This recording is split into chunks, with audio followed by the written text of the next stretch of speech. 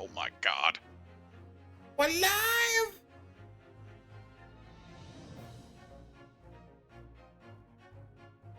Everybody don't panic.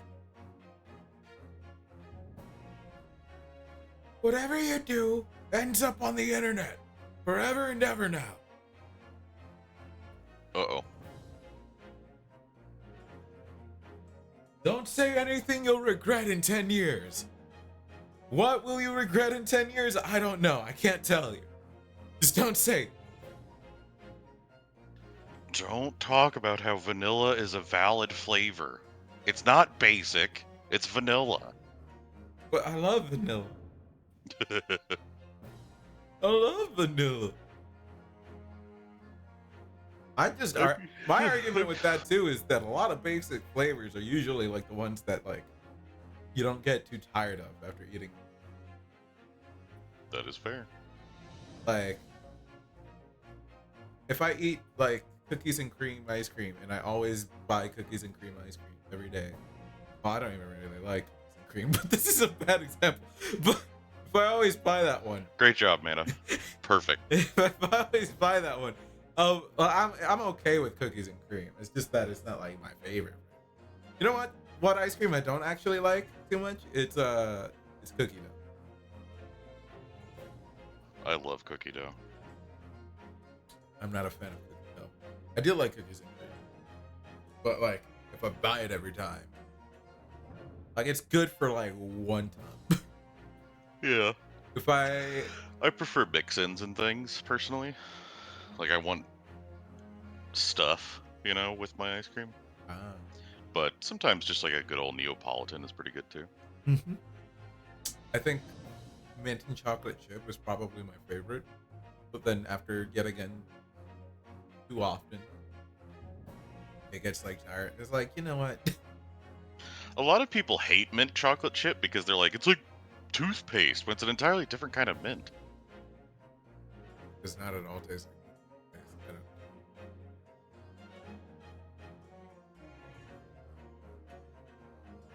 I don't get that at all. It's very strange to me. I'm thinking of the main, like the standard three, like the Neapolitan flavors, and as ice cream. I mean, they're all great, but like, I think I'd be less likely to get tired of vanilla over chocolate. Yeah. Strawberry is probably the quickest. Strawberry's my favorite, by far, bar none. What I want, actually, is like a Neapolitan. Oh, I should pitch that. I want a Neapolitan that's got like additional stuff to it. You know what I mean? But Like, it's strawberry ice cream with strawberries mixed in. It's chocolate ice cream with like fudge chunks mixed in. It's vanilla with, I don't know, like cookies and cream or something similar to that mixed in, you're telling me that there's no way that doesn't already. I've never seen it. I'm sure it does somewhere, but it's not like my poor ass side of the aisle. You know what I mean? It probably does exist somewhere. I don't know how my mic. I should be fine. Hopefully everything sounds good audio-wise on stream. I could do my. Maybe we can make it and we can add mint chocolate chip to it and call it a Foursquare. We'll make millions. But what if we put mints in the chocolate? Nah.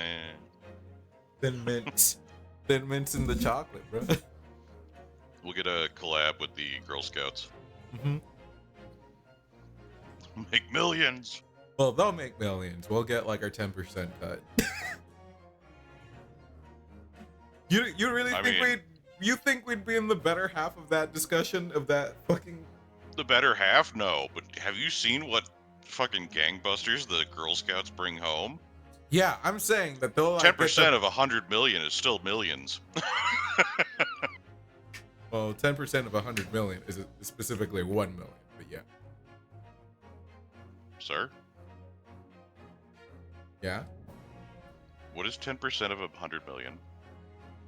Oh, I'm being dumb. Yeah. I thought 1%. No. I thought 1%.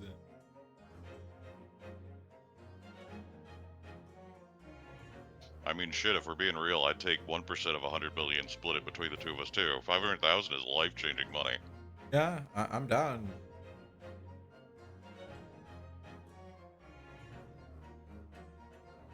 Uh,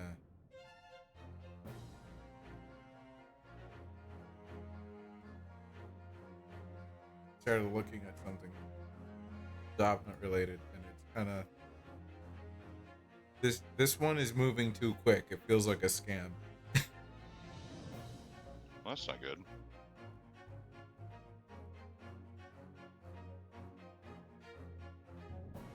I'll look into it. Anyway.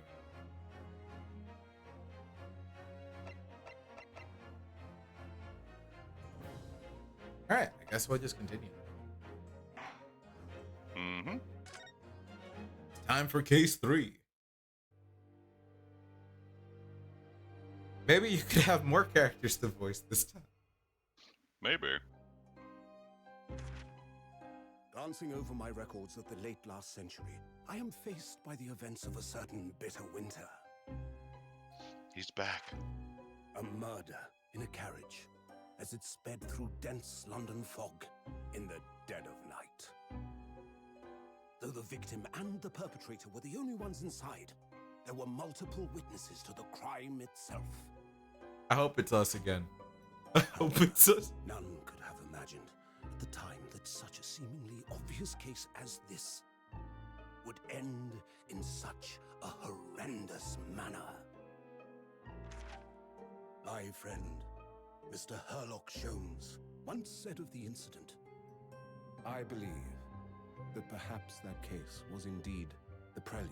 That doesn't sound like you at all. Beginning of a long concerto that impressive Japanese student and I were to play together." Yeah, well, you know. Anime. I had a cold that day. Amazing. Is this really just a railway station? Railway station. Or Where's not, 9 3/4? I've never seen such an enormous building before. Why does she sound British? Look at all the steel. I think we've already Yeah, what? asked this. She localized quick. Yeah. The country is incredible. We sound American. What? Is he doing a British accent? It didn't.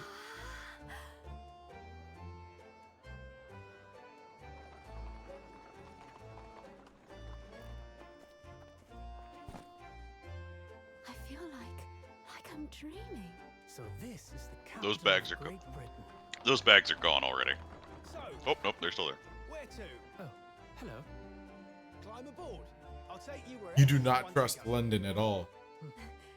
In that case, I the just Supreme saw the Court kids would eyeing like it, and I was like, to those are gone.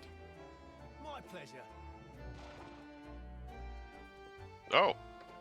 Oh, okay, they work there. Never mind. Visiting students from abroad. My bad. I shouldn't have been so quick to judge. Thought so. Man, racist against the British, dude. I know, right? I'm one of those self-hating Anglos. To the center of the world. You were super racist against the Japanese, and now you're here in London, and you. I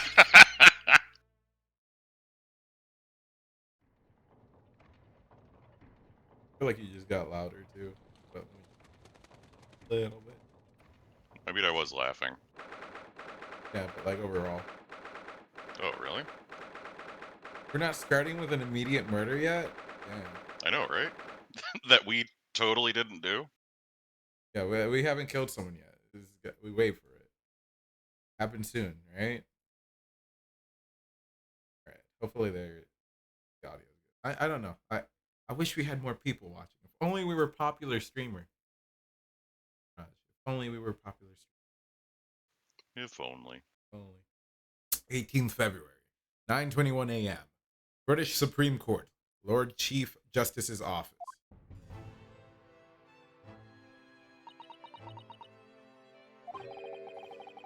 What an incredible place. It's so imposing. It's almost suffocating. This place is breathtaking. It looks like a fortress.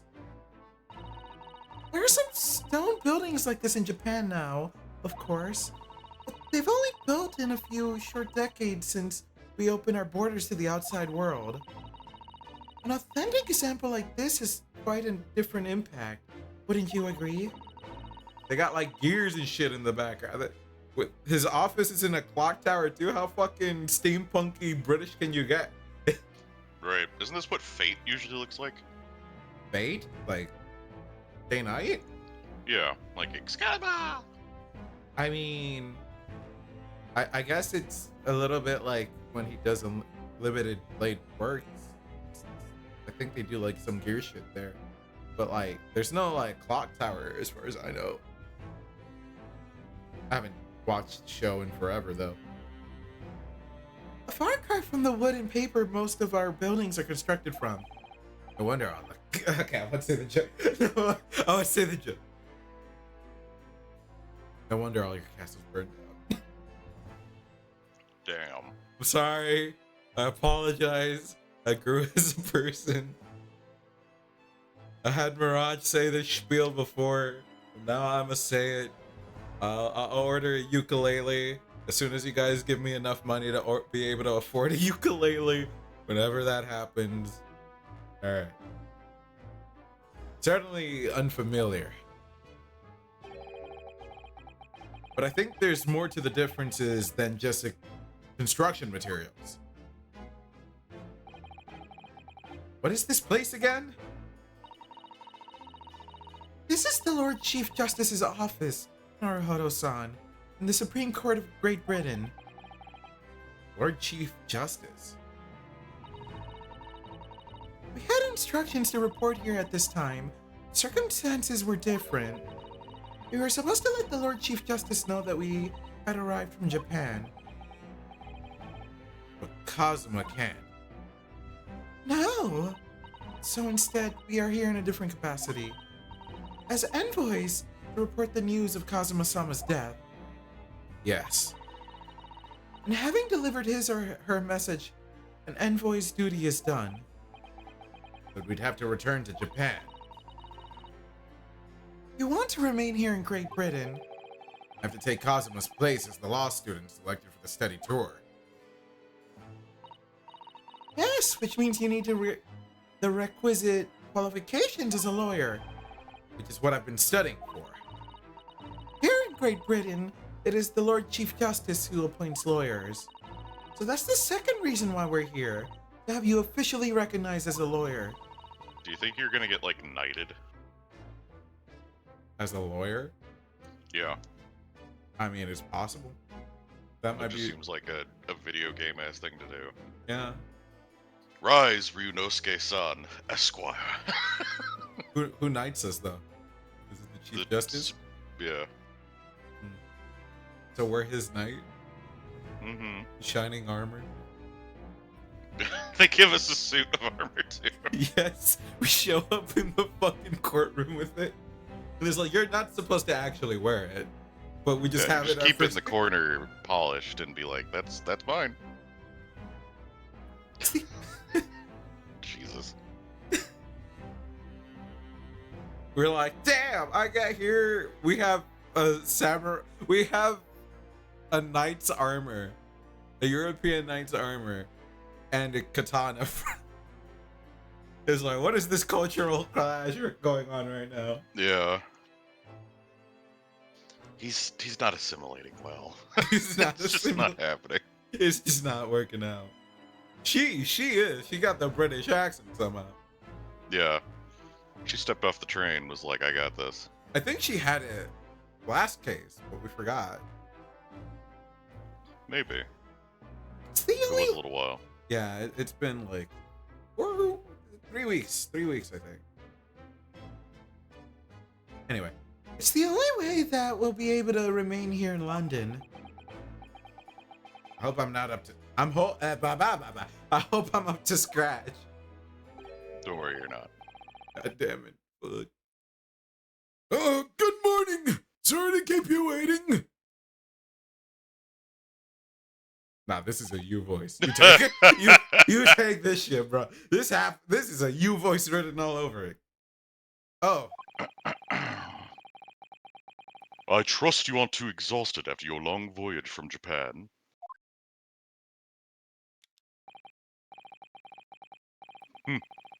It seems I'm 1 hour, 12 minutes, and 47 seconds late. My apologies. oh, no. Don't mention it. We're never happier than when we're standing around with nothing much to do. Damn. How fortunate. So, introductions. I am Mael Strongheart, Lord Chief Justice of the British Empire. Is he gonna have a wife or something, and she's gonna be like female strong? That's what I was thinking. I was like, that's a little on the nose. Yeah, like she. And I feel like a little mouse under an elephant's foot. Come on, Step Mr. on me, Naruto. Daddy. Don't be a mouse. Oh, I already have. Well, Kazuma's dead, but I already have airlock Sholmes. Are we shipping them now? Airlock Sholmes, and Yeah, Renosuke. I mean, They do pose well together, I suppose. they do pose well together. Anyway, it's an honor to meet you, Lord Chief Justice Strongheart. I'm Yonosuke Naruhodo from the Empire of Japan. Well, Mr. Naruhodo. Actually, we still gotta see what the prosecutor of this game is. Is it likely to be the same guy? What guy? What do you mean? The prosecutor? Like, From first case? No. Oh, no. no, I mean, just like, is it likely to be the same guy over and over and over again? Usually. Usually. Gotcha. It was surprising that the second case didn't actually go to court, which is, I don't really know. I know investigations usually isn't in the courtroom, but I don't know if the other games ever had a case that's not in the courtroom.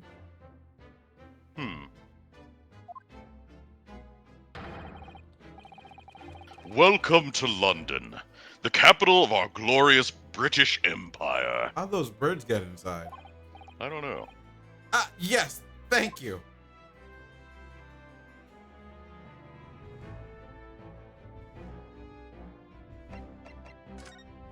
Can look around, dude. Gears. Specifically that gear. Is this some kind of clock? Actually, I think we might be inside some sort of giant clock.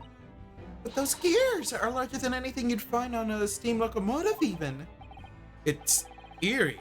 You think clocks are some sort of hobby of his? The Lord Chief Justice, I mean? Well, boys do enjoy fiddling around with machines, don't they? I'm not sure you can fiddle with cogs that size, and I'm certain you couldn't call him a boy. Still, it's amazing how little noise the cogs make, considering how large they are. There's actually something quite soothing about their precise rhythm. You're right, there's no noise from the cogs. I mean, I could see there being a like clock autism. Like there's the train autism. What? You never seen one of those dudes with like the basement full of trains? Oh, you mean, yeah. Yeah, there's definitely with clocks. Have you seen the people with lighters?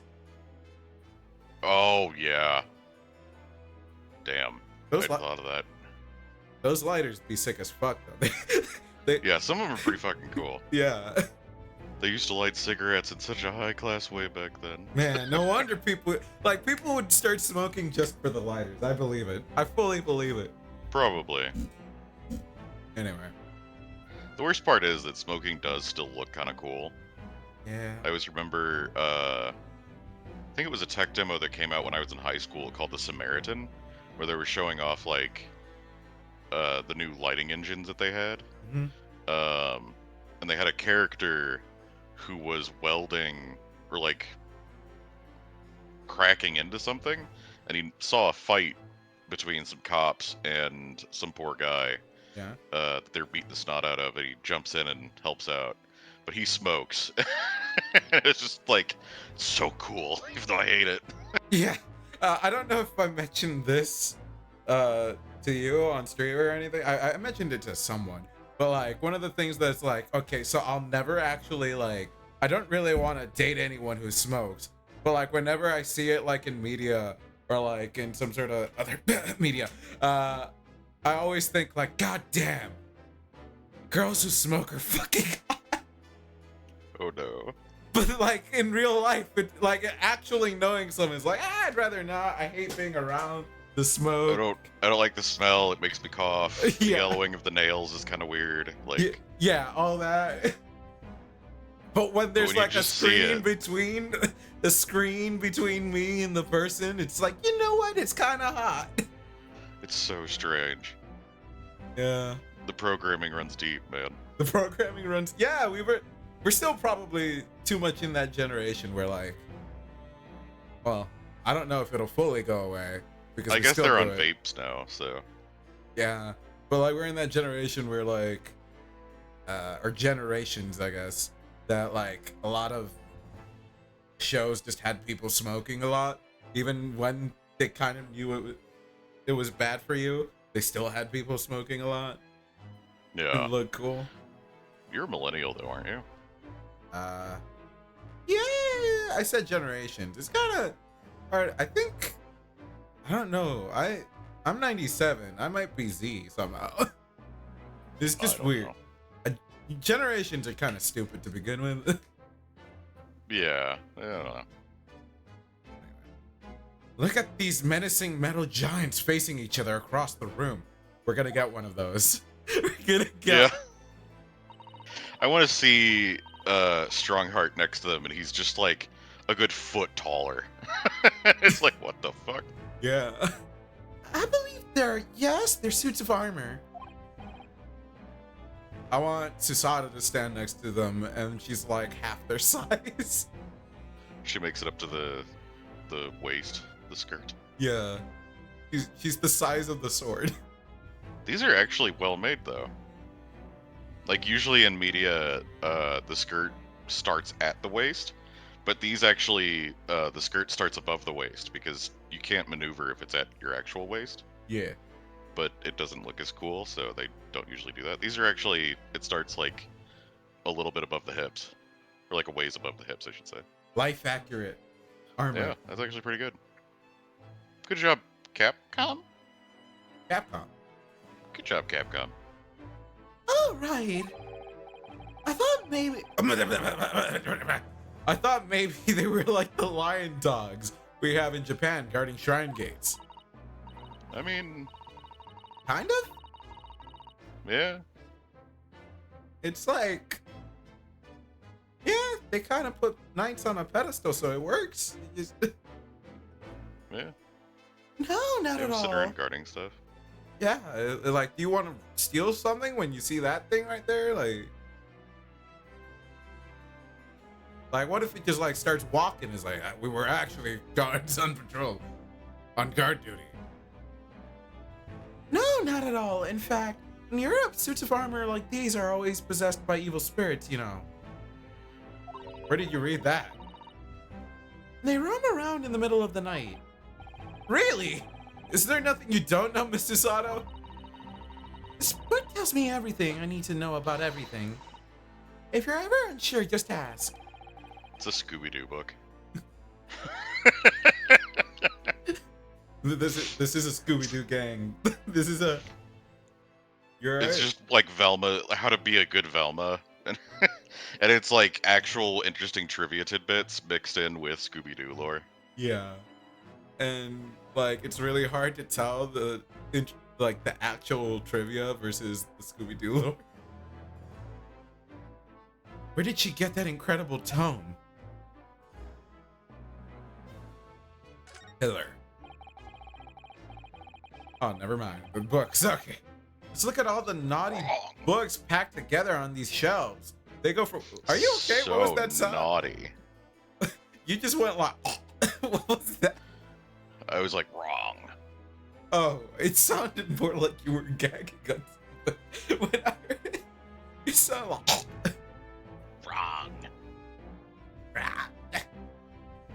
they go from floor to ceiling. Those naughty books. Those nodding books. And they're all books that you couldn't hope to come by in Japan. It's like a dream. Yes, a very bad dream. Imagine Rinosuke has read himself out. Oh yeah, he now hates reading. He's just Yeah. I'll never read another book again. Here, I'm gonna need you to read these. Fuck! I need you to read the court record. Fuck! Read the autopsy. Fuck! You think they have an actual autopsy here rather than just you kick the body a few? Oh yeah, they said they would, right? In the I first mean, that's what they said. That's what they said. But Yeah, we just kicked the guy a few times. I think he's dead. yeah, they're still gonna just check the tires, I'm sure. They're not all about British law either. There are books about the judicial systems of other Western nations. France, Germany, Spain, Holland. What about Russia? Why do you ask? I was wondering about asking the Lord Chief Justice how you say wardrobe in Russian. What do you think? I think perhaps it's a thought best abandoned. Could have probably asked literally any of the sailors while we were still on the boat. Yeah.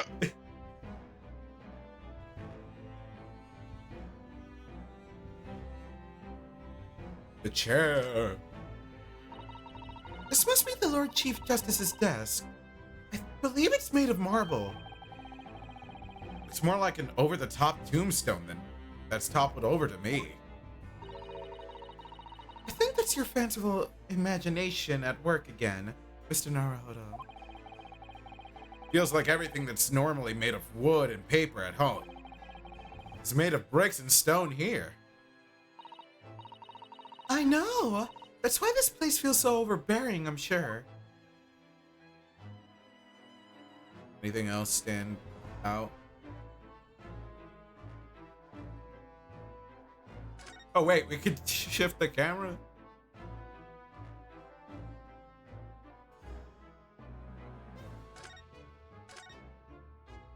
That's nothing.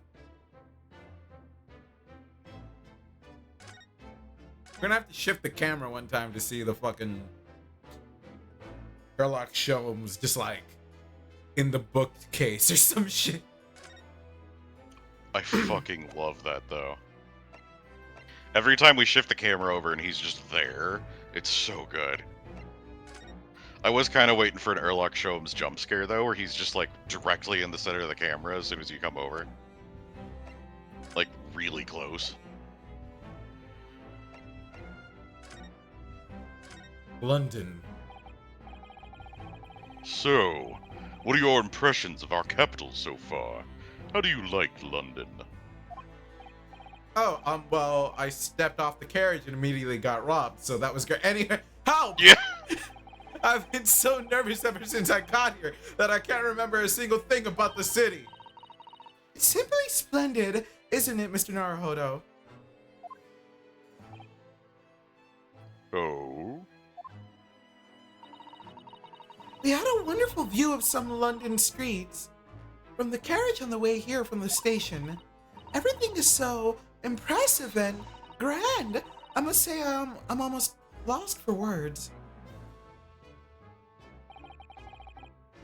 I'm glad to hear you like it. The city boasts tramways, piped water and gas, even cables supplying electricity. We spearhead every revolutionary new technology in the world. Every visitor to London is astounded. It's a unique cane head. Mm-hmm. Oh yes, astounded is the word. That's gonna look like a murder mark in case whatever number. Now, 3, Baby. 4, 5, all of them. It's gonna be used repeatedly for murder. He's gonna be getting away with. He can't keep getting away with it. Can't. You just can't. Thanks for saving me there, Susato-san. And everyone seems so jolly and full of vigor. In London, we must be in the wrong place. Yeah, I was gonna say, yeah, the feel- British, worldwide known for their their energy and kindness. Their jolliness. Yes. There's much excitement about the upcoming great exhibition we'll be hosting here in London. Great exhibition. Cultural and technological achievements, from around the globe are to be exhibited here in our great city. So World's Fair.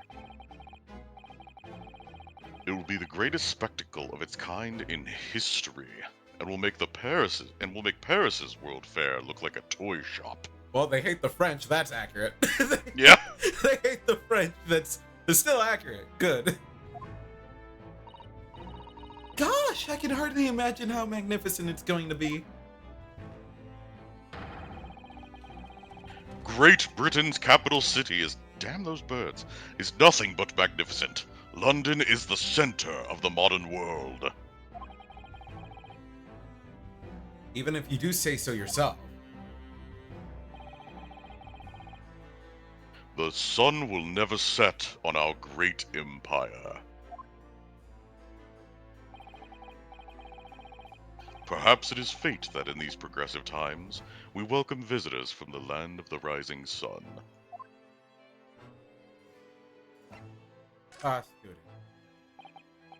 Student. Lord Chief Justice. I think you were expecting a student of law for this study tour, weren't you? Absolutely. A Mr. Kazuma Asogi, if my memory serves. Blah blah blah blah blah blah. That's right. The British government has already been telegraphed a full report on the situation. I understand the young man lost his life aboard the steamship bound for our shores. That's amazing. The news reached him before we even arrived. That's what a telegram is. My country naturally extends its deepest condolences to yours. Oh, thank you. And you honored this appointment specifically to inform me of the news? Yes. We are here in the capacity of envoys from Japan to report the sad news in person. They tell me you Japanese are a people of protocol and courtesy, and I see that it's true. And it is with some regret that I must inform you that the death of the young lawyer means this study tour arrangement can no longer proceed. It's over. If you would just hear us out, Lord Strongheart. What do you have to say, madam? It's about the study tour. Mr. Naruhodo here would like to make a proposal. Would he now?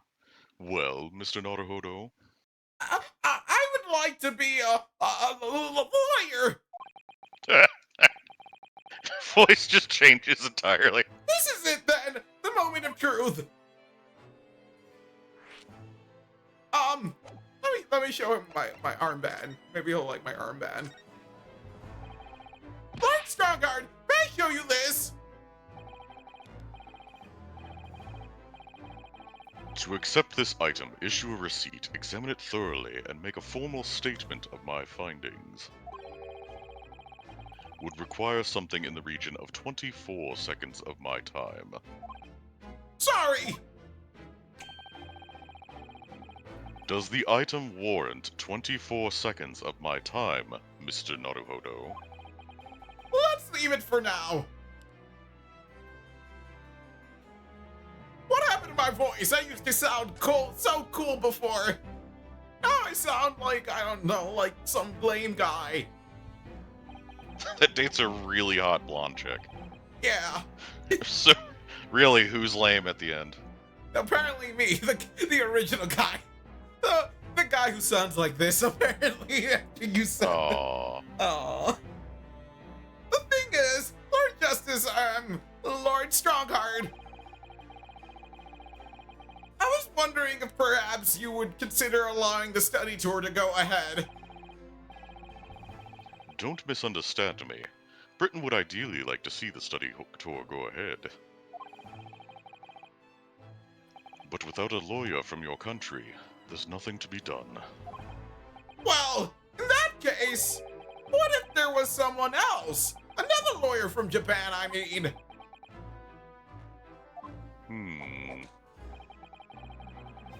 Is there something I don't know? Only a single lawyer was invited to Great Britain from your country. And that was Mr. Asogi. At least, that is what I've been led to understand. Well, the thing is, this really isn't going well at all. No wonder my voice changed. I just can't seem to find the right words to say to this man. He's just so pretty. He's just so hot. I just crack under pressure under really hot men glaring at me. Anyway. Ryunosuke just tries to hump anything that moves. Mr. Naruto, I could ruin things here if I'm not careful. What am I going to say? There is someone else here from Japan who could be described as a lawyer. It's Mr. Sato. Is it me, or is it actually there's no? You know what? You're right. Let's fix sexism right now. Yeah, we're gonna set everything straight. Legally blonde, but not. It can probably only be yes, Mr. Sato.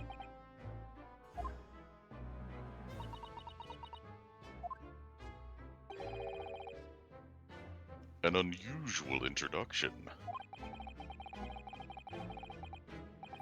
But I presume you mean this charming lady beside you. You're a lawyer, are you? Just throw her under the bus. Just give me that look she's giving me. After all the days of hard work she put in to help me study, I can't let her down now. I think that's quite enough joking, don't you? Lord Strongheart, my real answer is, it's me. I can do it.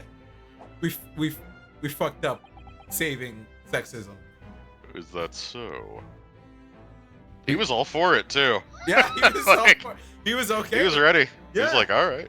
Yeah, I believe it. Is this true? Yes. So we're gonna make you the lawyer? It's just like we could have changed history right there. Yeah, we could have like just started shit early, bro. We could have just started shit early. But now we gotta go through another, like, I don't know, like 50 to 100 years of shit. For shame. For shame. I mean, I don't actually have any qualifications as such, but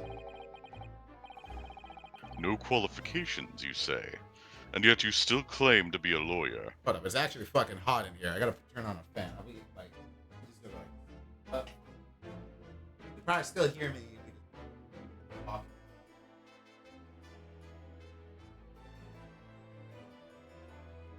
No, Florida be hot. I'm back. All right. I have acted as a lawyer in court before. Only once, as it happens. And I had Kazuma to help me, and I was the accused, but glossing over the details. I've been spending every spare moment on the journey here to Great Britain studying.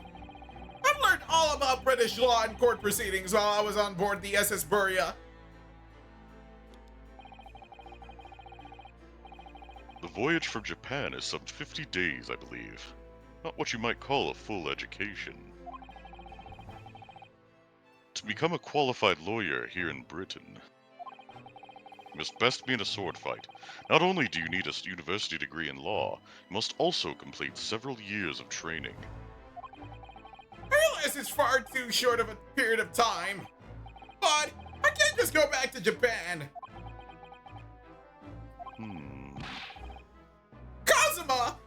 Sogi's journey had only just begun. Coming here on this study tour was all he thought about. I had to carry on and do everything he planned to do. I know I must sound like I have an overly inflated opinion of myself, but I would do anything to prove that I have what it takes. Any test you care to set me. Just one chance. That's all I'm asking for. Please! Alright, I will murder this guy. I need you to get me off. 31 seconds. Sorry? Your opening statement there, Mr. Naruhodo. It was 31 seconds long. Not too brief, not too protracted.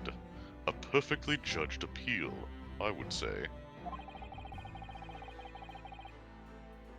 Which is a skill that would stand you in good stead as a lawyer. Oh, thanks? So, you're willing to put those words to trial, are you? Well, I'm all for entertainment, says the man who refuses to waste even a single second. Huh? Well, he's not But let's wasting be- a second if it's for entertainment. I guess that's true. But let me ask you one thing first, sir. Yes?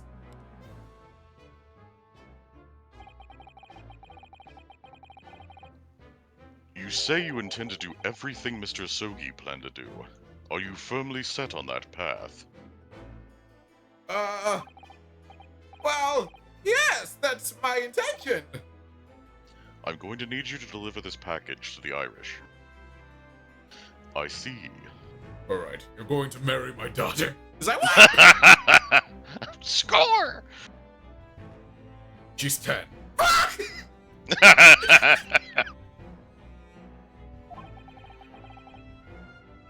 Am I imagining things? Or did his expression just alter a fraction there all of a sudden?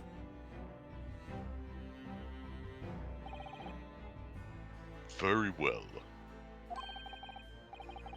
You have your wish. I'll give you a chance. A test to become a specially certified lawyer. Whether you'll pass or fail is entirely down to you. Really? A test. It's just a math test we just gotta take. Like, one we What actually... is 2 plus 2? Or? No, it's even better. It's one of those PEMDAS tests that you see on Facebook and shit all the time. Oh, God. It's like, idiots won't be able to know what this is, and it's like 8, but if you ignore order of operations, it comes out as 10. Yeah. So what form will this test take exactly? Tell me, Mr. Naruhodo, what do you consider the role of a lawyer to be? Well, defending people, of course. Well said. So, let's have you defend someone.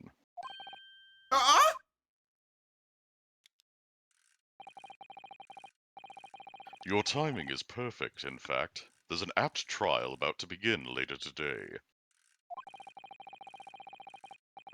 No advocate has been appointed for the defense as yet, so this will be welcome news. Today? Straight away? If you manage to secure a verdict of not guilty, you'll have passed my test. What What if he did it? Yeah, exactly. Wait. What if he did it? What What if he very clearly did it? Like, what if it was fucking obvious? It's his son. It's his son. Yeah. What could be simpler? A few things, actually. How do I get myself into these situations? Well, could I ask, what sort of trial is it, Lord Strongheart? It's a parking violation trial. Yes. Good question. Ah, I remember. A murder trial. Yep. A murder? Keeping the stakes low for this one. Extre- An extremely simple case, I understand. You really can't lose. That's easy to say. But I should mention, just in case, if the defendant is found guilty, he will, of course, be sentenced to capital punishment. Capital And punishment? you along with him. He'll be put to death! Here in Great Britain, murderers are sent to the gallows without exception. Presumably, you read that much in your short, sea-based introduction to British law. We can't possibly agree to such a test. We would be toying with a man's life. I am the Lord Chief Justice, and I've decided it's acceptable. But you can't do that, can you? There's no need to overcomplicate this. All you have to do is ensure that you don't lose. This is his son. What the fuck?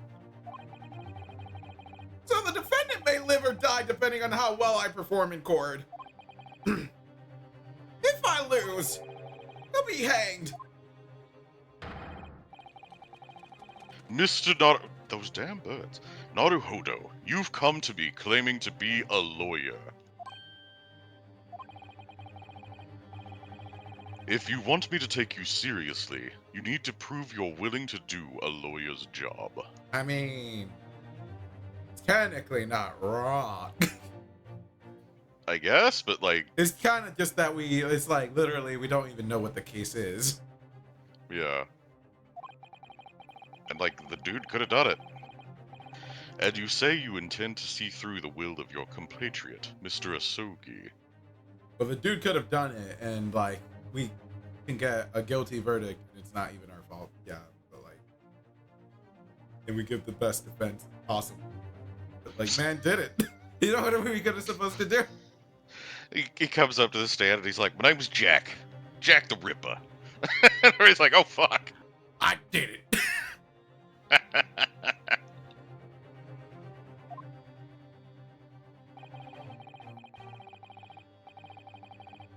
I would like to understand just how far you're willing to go in order to make that happen. He's testing my resolve. Gonna have to fudge the numbers. What's the matter? You've fallen silent. They're like about to like say that like your what, how do you say it? Defendant? Clear, like they're saying, oh yeah, he clearly did it. We have all this evidence. So what we do is like, he couldn't have done it because I did it. And then we get thrown in jail. And then we do a job for ourselves. you get turned into a lawyer and immediately decapitated.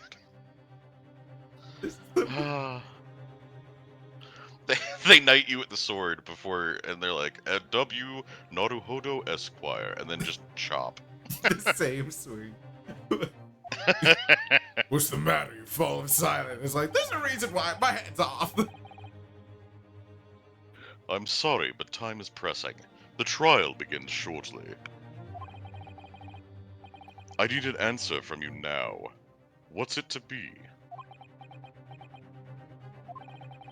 What do I say? Do I agree to this absurd test? I'll do it. Yes. All right, then. If I have to give you a decision now, my answer is I can't do it. I can't get the words out. 15 seconds.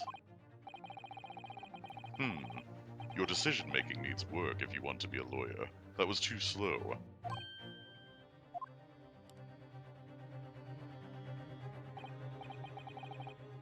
So, it's as I suspected, is it? Sorry? You have noble intentions, but lack the resolve to see them through. The test is cancelled. Thank you for stopping by. Get the fuck out of my office. Go and acquire your ticket for passage back to the east tomorrow. This conversation is over. Yes, Lord Strongheart. Thank you for offering me a chance. Mr. Naruhodo! I'm sorry, Mrs. Otto. What can I do? It's alright, I understand. You do?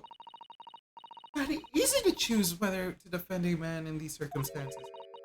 But resolve has absolutely nothing to do with it. What are you trying to say, madam?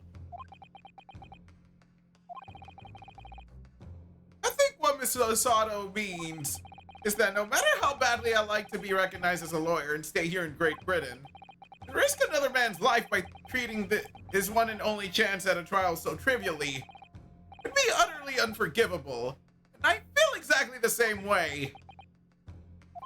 I'm sure the defendant won't see this trial as a test, as some kind of experiment. A lawyer may fight for his clients in court day after day, but for each one of those clients, the particular day they stand in the dock may be the only chance they have to fight to prove their innocence. No, I was wrong. I'm not qualified to do that job yet. I'm sorry for wasting your precious time, Lord Chief Justice. That was the real test all along. Wait, Mr. Naruhodo. Oh, was there something else? Imagine the dubbing kicks in at some point with this guy, and he talks like, "It's approximately 20 minutes by carriage to the Old Bailey from here." You're like, what the fuck?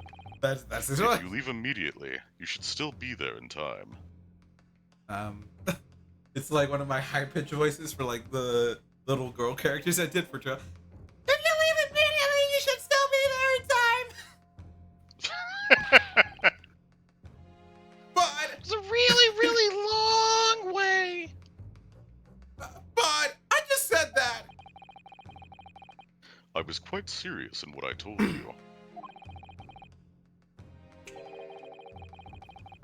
The defendant in this case has literally no one to advocate for him. What? Everybody else knows he done it. At this point, he can't hope to find someone to represent him. The trial will begin without a defense. And if that happens, there's only one possible outcome.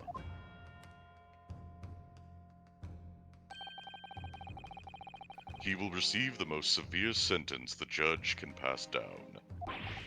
But that's awful. But that is the truth.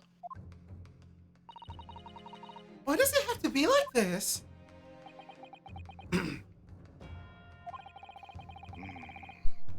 Please don't expect an answer to every question.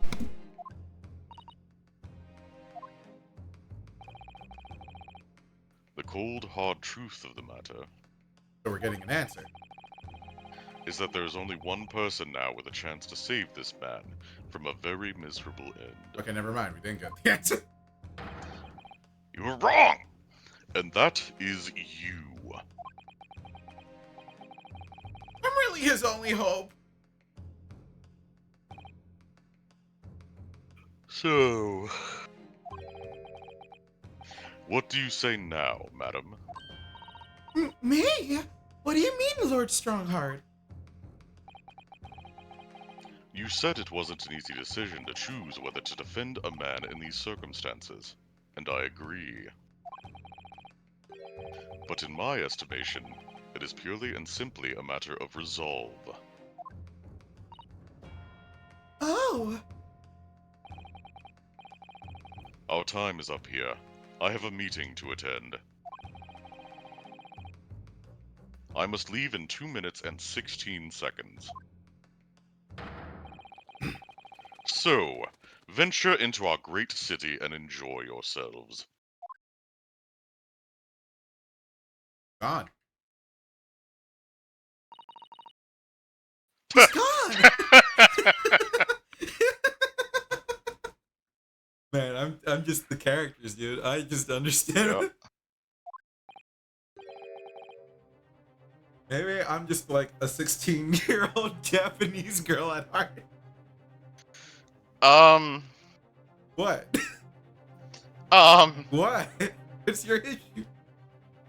There's a few issues there. What's the issue? There's a few issues there. What's the issue? A 1940s Japanese, 16-year-old Japanese girl. Yeah. Lawyer attendant. Or what was it? Fence attendant? Just Lawyer attendant, I don't think, yeah. I don't see the issue. Okay, Mana. Hmm. The Old Bailey!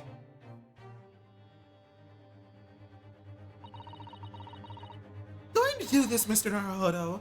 We must leave at once.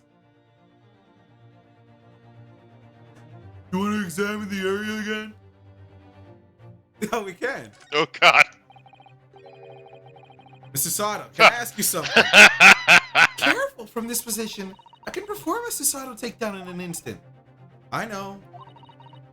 Mr. Naruhodo, you heard Lord Strongheart. The trial starts immediately. Imminently, I think is what it said. Okay. If I need to throw you, I will. You know, you could just say, I think we should hurry to the courtroom. If you need to ask me anything, I'd better wait until we're at the Old Bailey. Check the suits of armor. Yeah, it's Damn. all the same. It's all the same. Damn. What to do? Mr. Sato, can I just ask you something? Yeah, it's the same. Ow.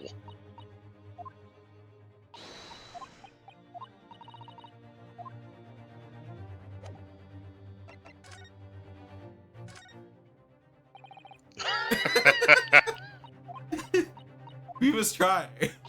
The third time she actually does chuck you. Out the window. Ooh. Oh, now we can ask a question. These are the scales of justice. They're a symbol of defense, aren't they? Yes, that's Didn't right. think of this one, did they? Suck it, game The developers. scales are a symbol of fairness to show that all are treated equally in the eyes of the law. And they're a warning to those who enter the courtroom without an impartial mind. But if they're the mark of the defense, it would be more auspicious if they were weighing more heavily on the not guilty side, I think. Very impartial, I'm sure. Just cause them. Oh. The lawyer's name is embroidered on the inside. Look. Azuma Silgi. This is his band, of course. He had his heart set on this study tour in Great Britain. I'm sure he would have found the truth he longed for here. He lost his life before he even had the chance to see the place. I have such a strong sense of his hopes and dreams when I took look at this armband, though.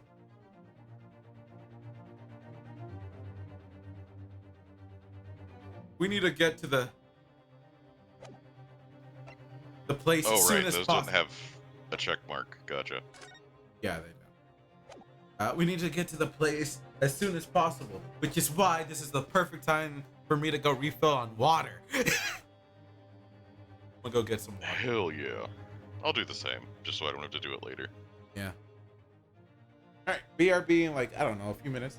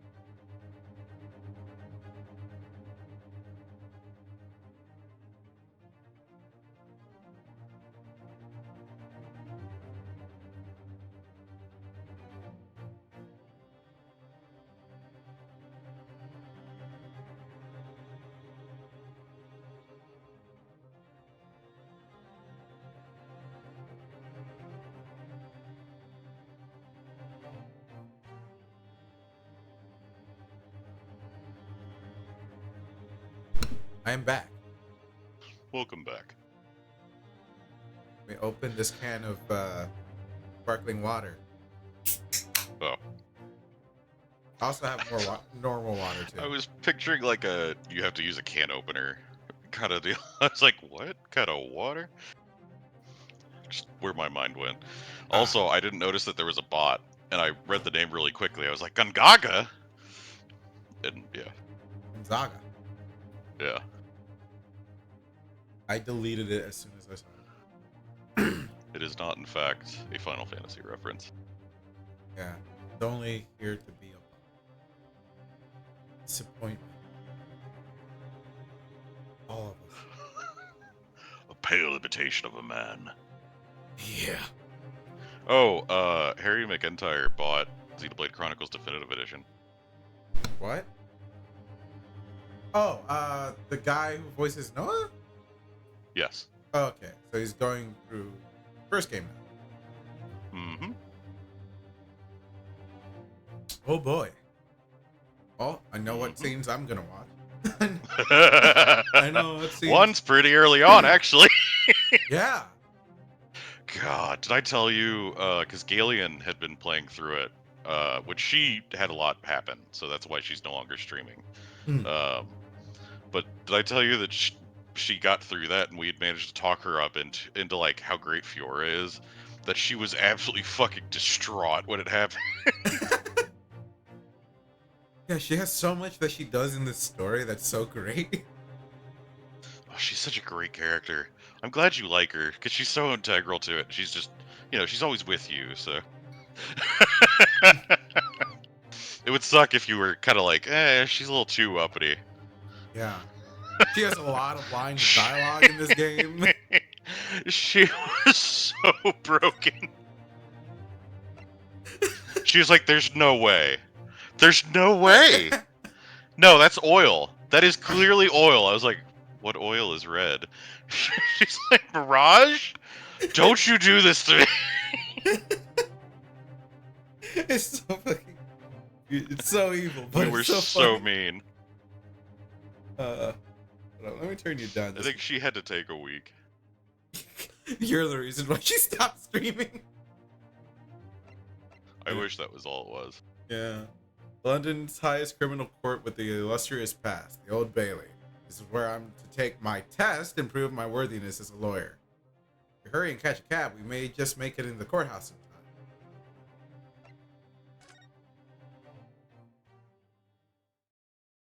I have frozen strawberries. I have frozen berries in the fridge, but like I tend to get like really cold. And of course I'd be like, no. I talk too much in this game because usually Naruhodo has to talk. Although we're at a court, you're at least getting the judge, and you may get the prosecutor. Maybe. 18th February, 9:45 a.m. The Old Bailey, defendant's antechamber. Depends on what we feel. Oh, hey, this is the first time we've been on this side of the door where I'm not considered a criminal. Yeah. We walk inside, it's just my doppelganger. It's just him, but British. Yeah. Oh, thank goodness we're in time. There's still 15 minutes until the trial begins. Same hair, they talk about the evil black outfit. Yeah. And he's like, but I'm just a student. It's like, hold up a second. Mm-hmm. Next case, we get killed, he becomes the lawyer. Oh, God. The armband's cursed. I never knew a horse-drawn carriage could go so fast. I thought my teeth were going to rattle loose. Did you hear what I said to the driver when we climbed aboard? Bitch, get there quick. Get us to our destination in 5 minutes, driver. And there's a guinea in it for you. Is that a phrase I don't know? I'm gonna hope that means money. Yeah. He just really wants a guinea pig. Yeah. He's just... Oh, fuck, a guinea pig? Sad. Say less. Now he's just cuddling the guinea pig. He's just out there feeding it hay slowly. Yeah. I don't need to be a cab driver anymore. I got all I ever wanted. It's okay, buddy. You can take all the time you want. It's one of my favorite lines from the Herlock Sholmes stories, and it worked quite perfectly. I'm not sure why you're so pleased. I thought we were going to die, and we had to pay gold for the privilege. Well, at least we arrived here before the trial started. Yes, I suppose there's that. Anyway, I don't understand it. Basically, cab drivers still the same back then as they are now. I mean, yeah. The court clerk said the defendant should be here, but there's no sign of him at all.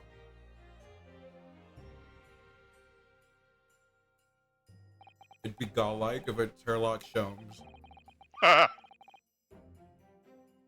So this is the Old Bailey.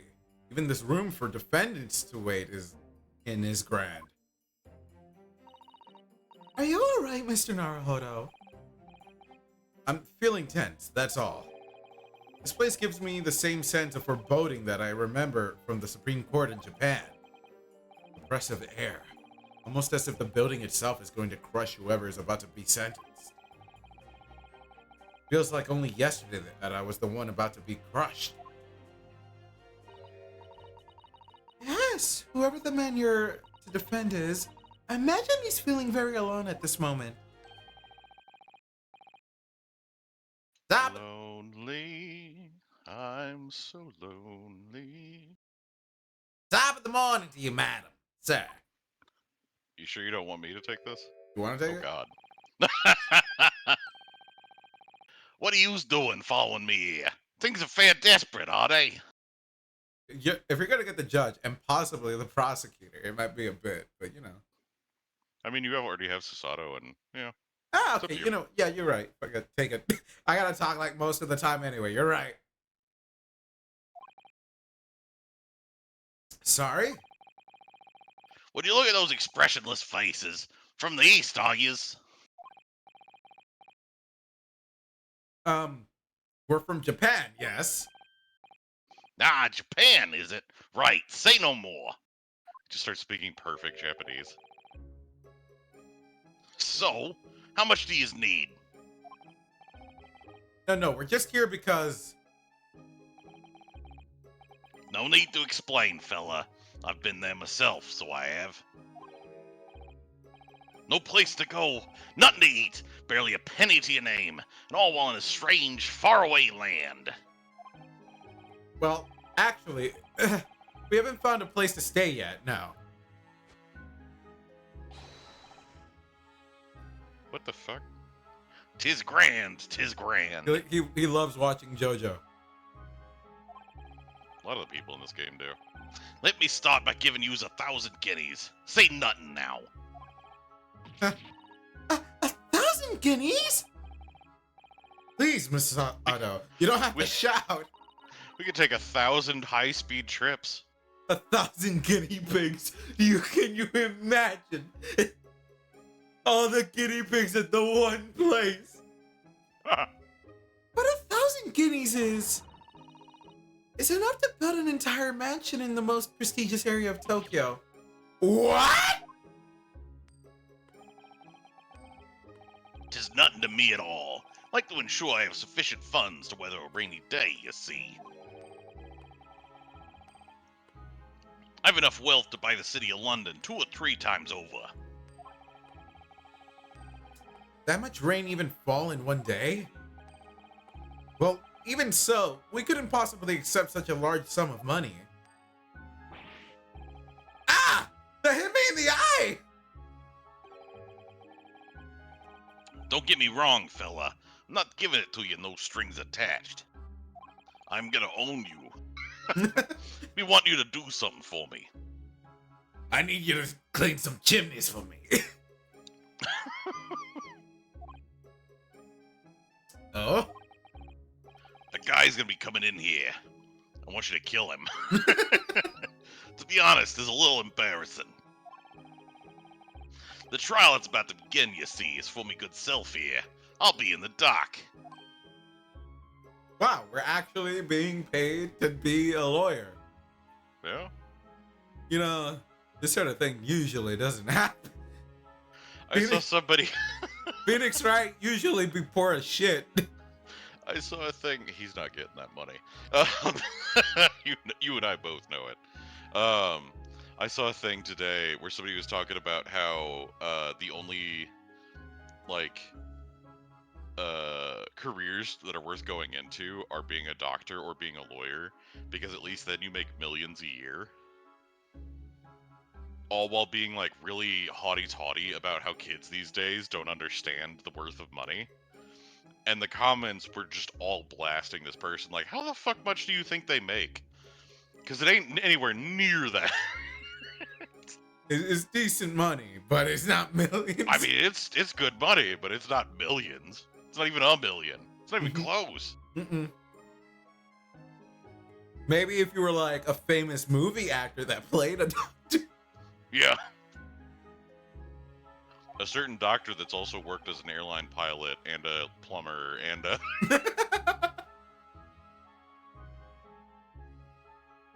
So now, what I want you to do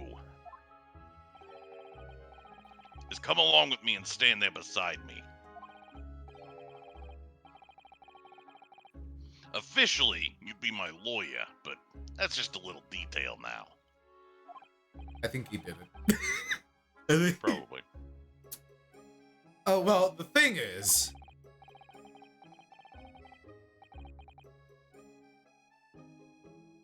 This is gonna be miserable. Don't worry about a thing. All you have to do is stand up there next to me. Nothing more. Otherwise, you see, the trial is gonna start without me having any kind of representation at all. so it was true. What is this face? The Oh, Lord Chief Justice wasn't just making it all up. I'm terribly sorry to have to ask, but does that mean you're the defendant in this trial? I didn't know we were talking to a murderer. Bluster and blazes to use. We're gonna go in. It's like, not only are you here on account for murder, but also for, what is the word? Counterfeit money. He's been handing out counterfeit gold coins. Anybody found to have them is going to be immediately hanged, and you're just like, With my one eye closed because it's still Yeah. fucking bleeding. because the coin is still lodged in there. Do you not know who I am? Me, one of London's biggest names? No, sorry. We've only just arrived in the city, you see. I see. Suppose it isn't altogether impossible. Uh-oh. Well, just next to Hyde Park there in the center of London is another beautiful park. Sorry? A park? What? Tis called McGilded Park, full of blossoming flowers in the spring and singing birds and whatnot. I don't know why we decided to make it Bostonian. I donated it to the city, so I did. Because it makes sense. As a British guess. Bostonian. British. An entire park in central London? A city of smiles. That's my vision for London. Good luck with that. Yeah. There's nothing Magnus McGilded wouldn't do for the city and its queer old people. Queer? Quare? Where? Quar? Park? Magnus McGilden. Yeah. Big gold. This guy younger than this guy? Damn. Apparently. Incredibly wealthy philanthropist with a wonderful reputation in London. Defend him as a test of my worthiness to become a lawyer.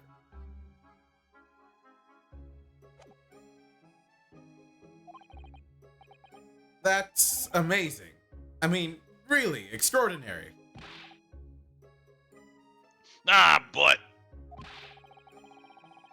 Now they've the gall to say I'm a good-for-nothing criminal. Me, Magnus McGilded. Why, it makes me so angry I'd kill a man. What is the matter with the London police, I ask you? True. Ah, ah, ah. Someone's gonna clip that. Okay. Not right now, but like someday, like 5 years down the It line, wasn't even that breathy. someone's still gonna clip it. Okay. All right, don't pass out. Mr. Naruhodo! Perhaps now would be a good time to introduce ourselves while the gentleman catches his breath. Good idea. Ah, ah, ah. Mr. McGilded, the thing is, we're actually here in London to study British law. We're law students on a study tour from Japan, you see.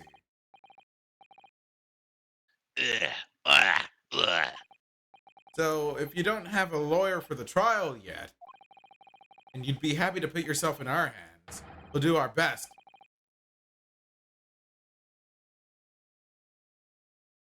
What? I'll say it. I don't know. What was I after saying, you daft Egypt? I know the second part. What's the first? I've given you 1,000 guineas to stand up there next to me, haven't I? Yes, but I wasn't really offering to just stand up there next to you. Oh, I think I see what's going on here. Sorry? I know what you're thinking. This Chancellor Othello claims to have more money than the Queen. But if that's true, why the blazes can't he hire the finest lawyer in all of England? Because he did it. That's the only explanation. Well, Well, exactly. exactly. Not at all. Not at all. Although it is a little strange, to be honest. Why you don't have a lawyer, I mean.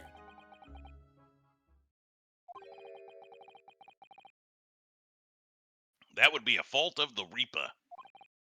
Sorry? You say Reaper?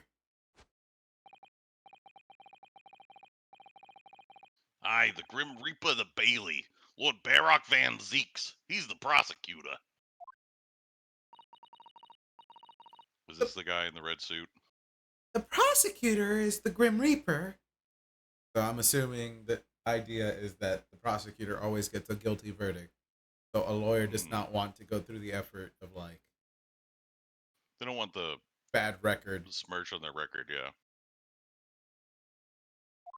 The smirch. The mark on their record. Yep. When Van Zeek stands for the prosecution, they call the accused as sacrificial lambs. Which means I'm pretty well toast. And to this day, in every single trial in which he's been the prosecutor, the accused has been damned. This seems like a fair and balanced legal system. Mm-hmm. What? So it's reached the desperate situation where there's no one willing to stand in defense against the fella at all.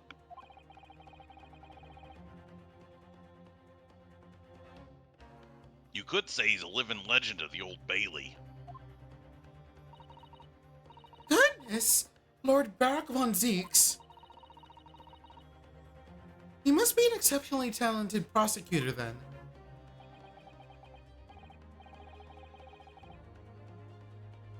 Talent isn't the word you're looking for, madam. It's coist. Cursed? Cursed with success? What on earth? Coist? Coist? Coist? How do you say? Coist. Coist. It's coist. Coist. Coist. Cursed. Coist. It's coist. Coist. What do you mean? I'm saying it to you. It's coist. Coist. Anyway, this is you. The defendant is summoned, and his counsel.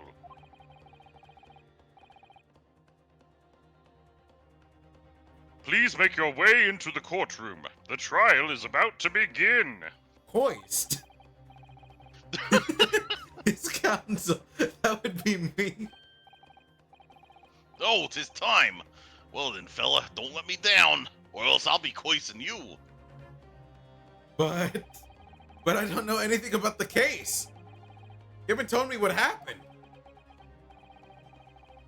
Till you showed your face here. I'd made up me mind, so I had. Sorry?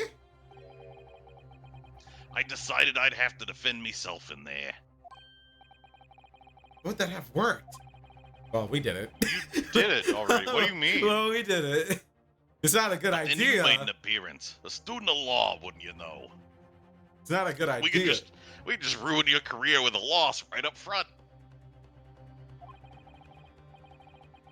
'Tis no accident, I can assure you of that. 'Tis fate. So don't get cold feet now, please.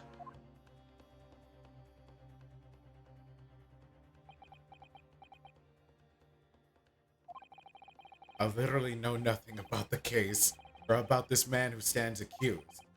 In fact, the only thing I do know is that I can't just turn my back on him.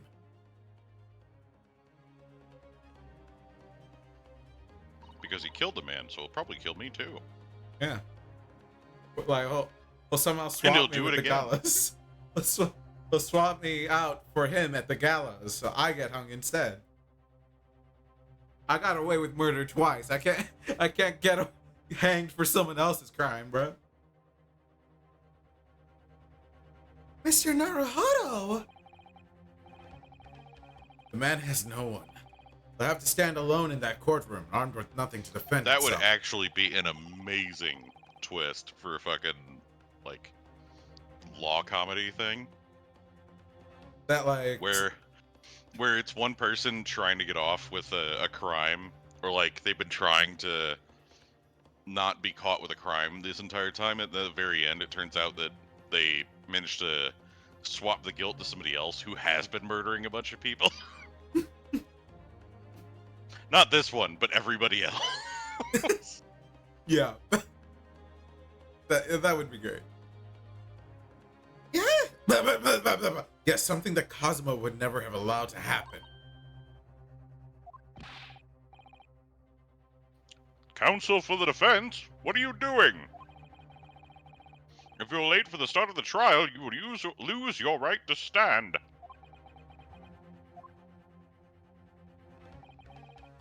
I'll be right there. What? I'll be Pick up. right there! It's happening then. My first trial in a British court.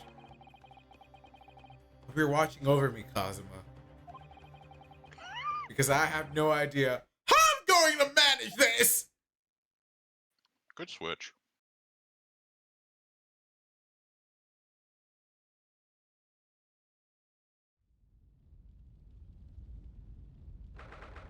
Maybe I could be typecasted for a guy who has to switch both voices. It's like I just have my normal voice and then I just turn into Krillin all of a sudden. Hell yeah. 18th February, 10 a.m. The Old Bailey courtroom. They got fire on fucking scales hanging over the judge's thing. There's fucking metal. Is Satan gonna be presiding over this? What is happening? So this is the highest court in Great Britain. The Old Bailey. Centuries of history in this place is palpable, isn't it? So different to the Supreme Court in Japan. Feels both imposing and serene at the same time. The atmosphere almost makes words redundant. Whatever the country, determining a person's guilt or innocence is always a solemn affair. Wow. They're not sexist here? They let you in? Right? May I say something, Mr. Naruhodo? Oh, yes, what? Oh, yes, I what? was gonna say he's losing his shit. Your eyes look ready to pop out of your head again. I know, I just can't help it. Whoa! Okay, I think I could give the judge the own man voice, Okay. while you handle probably the prosecutor. In the name of Her Majesty the Queen, I hereby declare this court to be in session. We are here today to determine the guilt or innocence of Mr. Magnus McGilded. I now call upon the counsels for the prosecution and defense to declare their willingness to proceed. You know what my own man voice reminds me of, though? Which is not great. You know the voices of some of the, what they're called? The Pinta? The Super Mario Sunshine villagers. I never played Super Mario Sunshine. Just after this, or I don't know if I might continue streaming after you leave with something else, but I gotta remember to show you like the beginning cutscene of Super Mario Sunshine, Okay. or one of the beginning cutscenes. I take it they're all like, There's like a judge, an old man judge they have, I think. That's at least from memory sounds like the old man voice I give everyone. I now call upon the counsels for the prosecution and defense to declare their willingness to proceed. the prosecution is fully prepared. That must be the Reaper of the Bailey. He really does look fully prepared to dispatch his next poor victim to the underworld. Counsel for the defense, you appear to be Eastern. Do you speak English? Wow, racist, Mana? Yes, of course, sorry. But he asked if the defense was ready. And I couldn't be further from ready if I tried.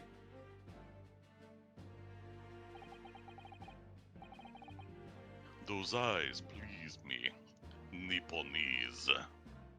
That sounds racist, but I don't know. I mean, Nippon is Is literally Japan. Yeah, but calling a Nipponese sounds kind of... Yeah, it sounds like a new slur was just invented. Yeah. They shroud your fear, your doubt, your trepidation. They run wild, clinging to some phantom notion of courage. The quintessential look of a sacrificial lamb. A cold shiver just ran down my spine all the way to the tips of my toes. Should have waited for that to finish out so I could do it I'm quickly. gonna have fun with this guy. No! Mr. McGilded! Yes, my lord. You stand accused of murder, a capital offense. You could be sent to the gallows if found guilty. Are you quite sure you wish to entrust your defense to this foreigner? Ugh. As I've always said, my lord, 'tis a grand thing to give opportunities to the young. Even if the fella is a student from some little island off in the far east. Is it not the British way to ignore the dangers to yourself and give those less fortunate a fair chance? No, I don't think. No, not at all. Like to think that acts of chivalry do the great British Empire proud. As we Listen to Mr. progressively take lands McGilded. from What all a the fine people gentleman London has in him. Did you hear that he donated 5,000 pounds to something? Mother, please may we go and play in the fucking park, Milk Building Park. Seems as though everyone in the public gallery is firmly behind Mr. McGilded. That's definitely welcome news, and he certainly has a way with words. Surprised he couldn't convince anyone to defend him. Their love of him is less than their fear of the other day. Yeah.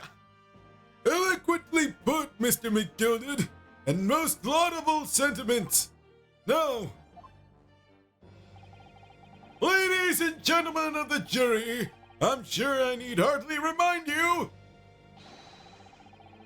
that you 6 members of the public have been selected for your impartiality. Are you ready to begin? So we have two grumpy old men sitting. I call Grandma. You call grandma. All right. Mm-hmm. How would we split this?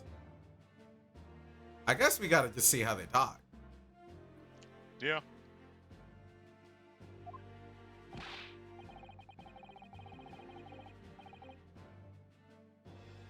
Yes, my lord. If the task is to send Rotos to the gallows where they belong, I'm more than ready. Just every female character I have is the same voice, dude. At the manor, his lordship always says we should dispose of rubbish promptly. Naturally, I agree.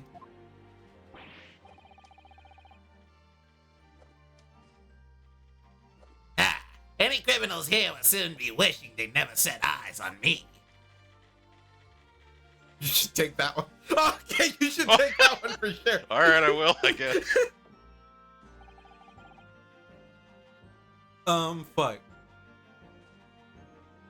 Trying to think of a voice. He's horsey.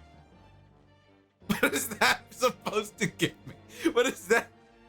Ew! I feel a chill. There you go. Oh, don't mind me, my dears. I'll just be getting on with my knitting. Must finish these mitts for my grandson. I'm gonna forget all these voices. Probably. Ah, Mr. Naruhodo, those people are... Jury, yes. That's something we don't have in Japan yet. Or ever. I mean that. Like, they don't have that in the later games at all. Oh, really? Yeah. As far as I remember. Yeah, I think I played all of them. So. Besides this one, though. That's right. I've only ever read about it. But here in Great Britain, the court's final verdict depends on the opinions of these 6 jurors. The judge passes sentence according to the law, but the jurors determine guilt based on common sense. So the defendant is ultimately judged from 2 completely different points of view. But how exactly do the jurors give their verdict? That I don't know, but I'm sure it will become clear as the trial progresses. Yes. Prosecutor Von Dinks! My lord. It's been a number of years since we've seen you here in the courtroom. I thought you renounced your fame. I'm known as the Reaper of the Bailey, my lord. Infamy rather than fame, I would say. But yes, 5 years have passed since I last spread my wings in this capacity. So, what brings you back? Is there some change of circumstance of which the court should be aware?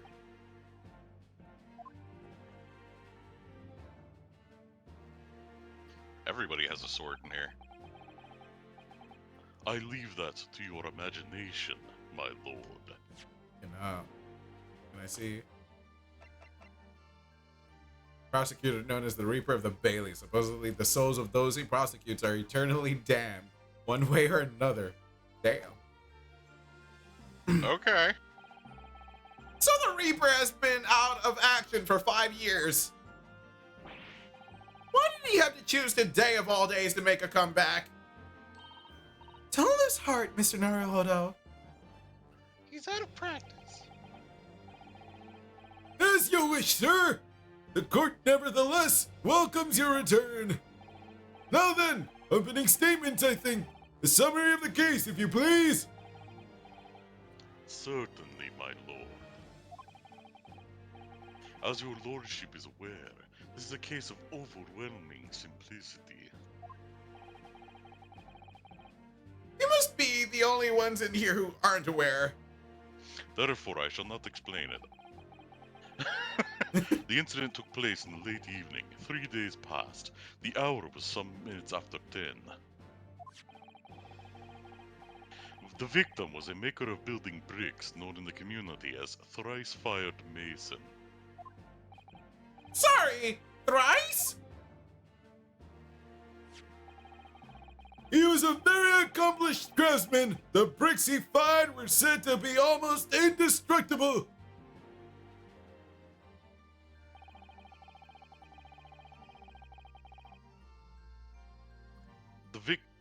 The victim's corpse was discovered in an omnibus in service on the streets of London at the time.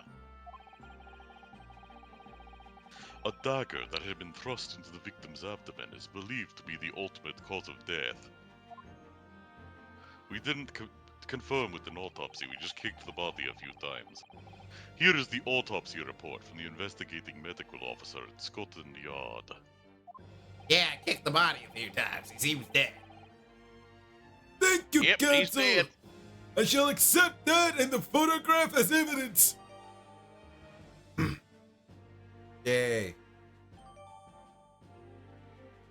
Yay. And one further item of evidence. The prosecution wishes to submit these as well. And these are... Good Lord! Is that blood, counsel? Did his hair come off? I think so. Yes, my lord. Seized by a policeman who arrived at the scene. These gore-soaked gloves were taken from the hands of the accused when he was arrested. What? Mr. McGilden's gloves had blood on them. So cold out here. Wish I had my gloves. Yes, I will accept these as evidence as well. Yay. How did I get into this? I'm backed into a corner before I It's even safe to started. make O.J. Simpson jokes now. What? If the glove don't fit, you must have quit. God damn it. Why is it safe? He can't come after us anymore. Somehow still does.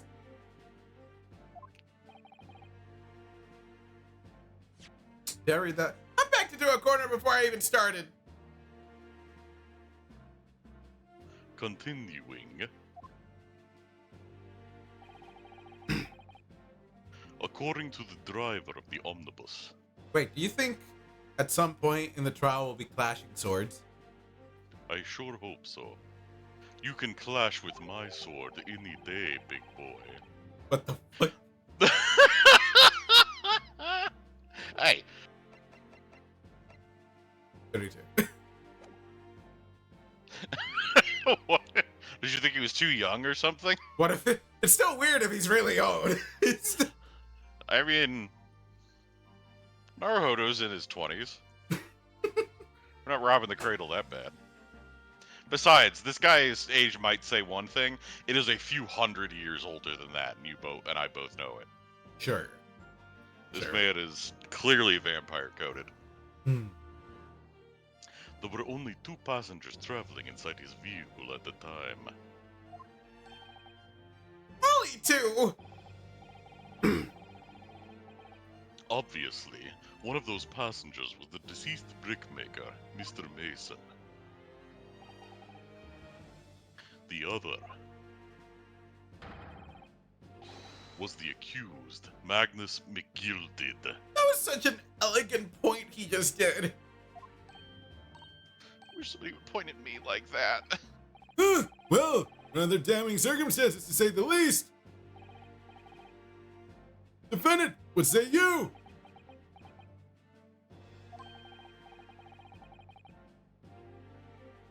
Well, of course, I have no recollection of such a thing. Mr. McGilded! To be sure, I rode the omnibus that evening. But whenever I'm in a carriage, I'm taken with a fierce tiredness. I always succumb to it. Are you claiming to have been asleep? 'Tis the motion of the carriage, my lord. Lilting, so it is, when I open my eyes again. 'Twas a desperate sight before me. The body of a man I'd never laid eyes on before in me life. Huh? Now I ask yous, what good-hearted soul wouldn't rush to help a fella bleeding from his stomach? Wasn't about to start worrying about me gloves now, was I? I reached out to give the man a hand. So the blood got onto the gloves then, after the man had been killed. Unfortunately, that statement of the drivers is only the beginning. What? That's not all of it? There were multiple witnesses to the precise moment at which the brickmaker was fatally stabbed. Like from outside the bus?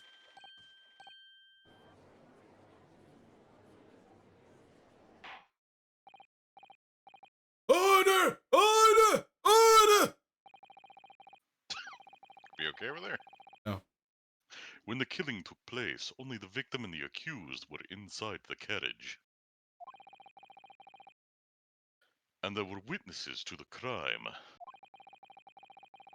This is not just a case of compelling evidence.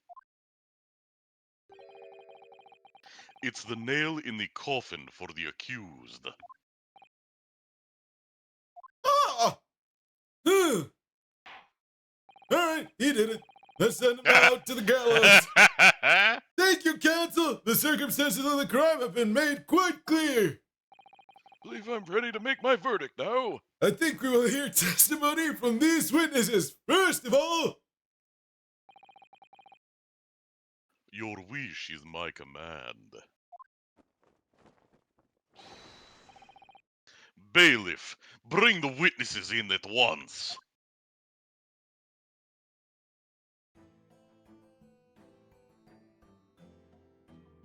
What is that? There's so many voices. God. Witnesses, your names and occupations. My name is, well, everyone calls me Beppo. I drive an omnibus in the East End. I'm eternally gold. You could have this one. I'm trying to think. Bruce Fairplay. I'm a banker in the city. My name's First. Lady First. I, make hats for gents. Is that a trans character? I gotta look at them again. My name's Lady. First lady first, maybe? Let's begin by confirming the facts.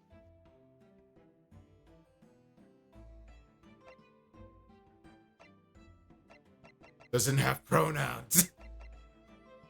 Yeah, it does. No, this one. I'm just saying that one. Princess. It did. Keep reading. Oh, fuck. Okay. Can't read. Reading is hard. 3 days ago, at a short time after 10 o'clock in the evening, long before I wake up for my nightly prowl, all of you present in the stand were in an omnibus and witness to the aforementioned incident. Wait, so were they in another omnibus? I think that's what's being implied, yes. Is that correct? Yes, sir. Quite right. Yes, sir. That's right, sir.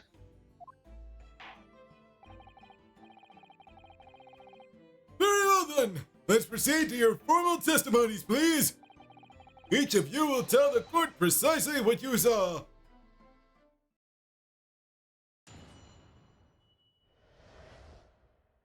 What the witnesses eyewitnesses saw. Is that dude's face okay? It was the last boss of the evening, so I had few customers.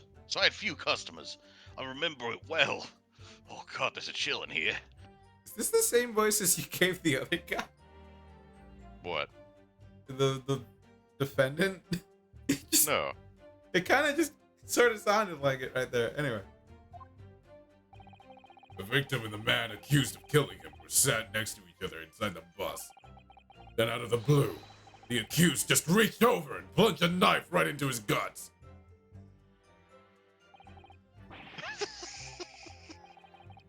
That's right. They stabbed him. I screamed, I did. Couldn't help it. As soon as I heard the scream, I stopped my bus. And then I saw it too. Huh! An ambiguous testimony, I must say. Exactly, my lord. These men witnessed the incident in the omnibus with their own eyes. I'd like to ask a question, if I may. Yes, counsel. Well, this testimony makes absolutely no sense to me whatsoever. Why not? Well, the incident took place inside a moving carriage, didn't it? As has been clearly stated from the outset, yes. Well, in that case, how could those two witnesses possibly have seen what happened? There's no way they could have seen the inside of a moving carriage.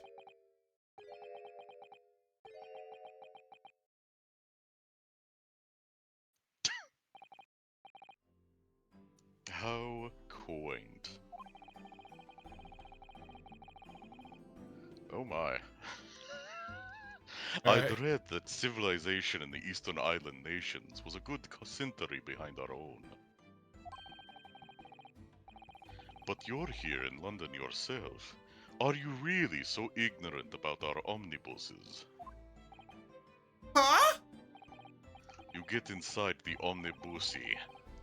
Tell me, my Nipponese friend, have you even traveled in an omnibus? Well, no! We, only arrived in London this morning. No matter.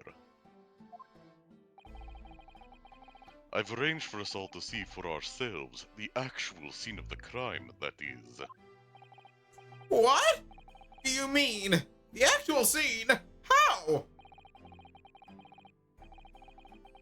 A carriage is designed to be moved, after all. Presumably you understand that much. There's just gonna be a giant carriage in the room blocking you from everything. Yeah! Yes! Wheel it in.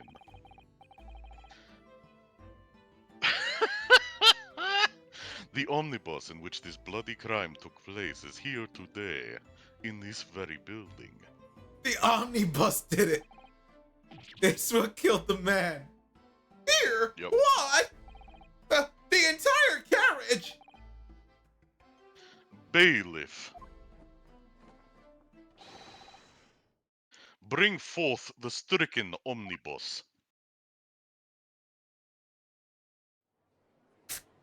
Well,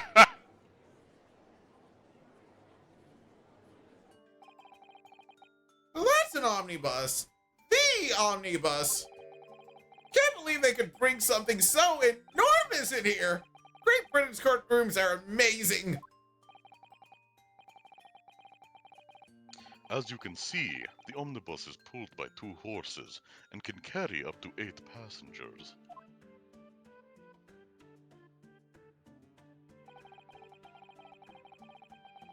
Four passengers seated inside the enclosed cabin, and another 4 on the rooftop deck above.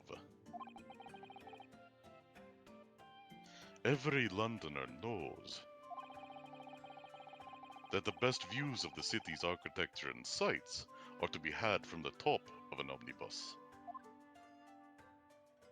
So were they on top of it while I mean, the the murder took photo place of the- inside? Yeah, somehow. No, the murder. I don't know how you would see inside then, but Yeah, well, that could be where we give our critique. fair. And I should point out to our foreign guests. Oh, Okay. That there is a skylight in the roof, allowing a view of the interior from the seats above. oh, there you Just go. in case they want to check on you and make sure you're not doing anything. Ah, a skylight! Oh! The penny drops at last, I see. These two gentlemen were occupying the rooftop seats on this omnibus when the murder took place. That is how they came to witness the grim incident. Through the skylight. Ah, that makes perfect sense. Well, Counsel, this is a first. In all my years behind the bench, I've never experienced the crime scene itself being brought into the courtroom.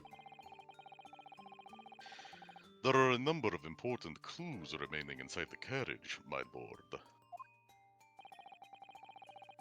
I would like to submit the omnibus itself as evidence. That is the prosecution's wish. Look at this prosecutor not withholding evidence, as far as I know so far. Right. Actually doing his job and shit.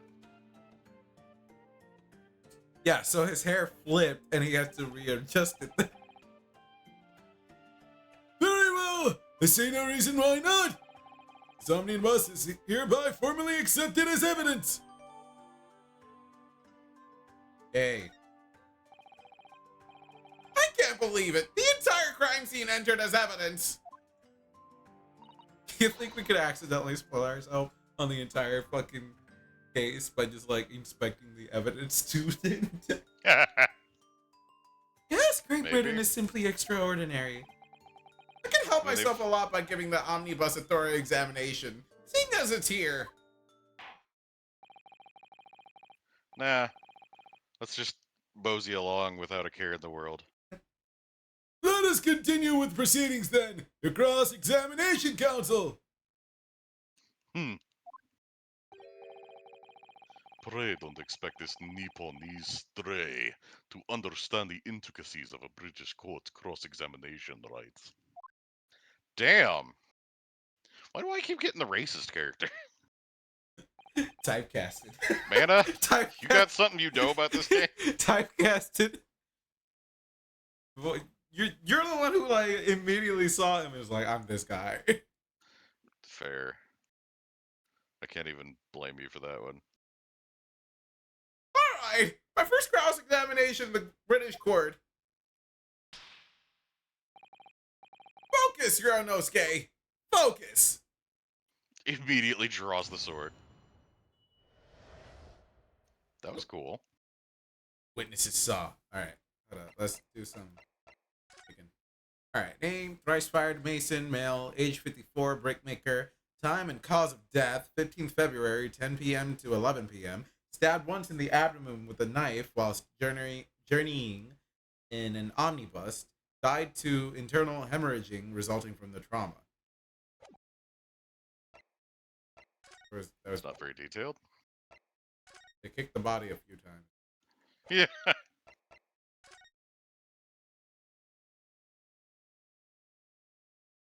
Anything stand out? Like, I don't, maybe like what's behind the window could be. But... It's a dragon. Enhance. I mean, I'd say there's not a lot of blood there. I very much doubt that will. But possible. Okay. Jeez. I think that's a dumb suggestion. Mirage. You should feel ashamed. Jeez. Definitely blood, isn't it? The most pleasant sight to be confronted with on our first day in London. Actually, I think it's strawberry jam. Oh, nothing will come of grumbling now. No. By the way, is Mr. McGilded right-handed? Yes, I believe so. He was toying with a coin in his right hand a little earlier. Ah, pity. Only he'd been left-handed. I think blood on either glove would be fairly incriminating, really.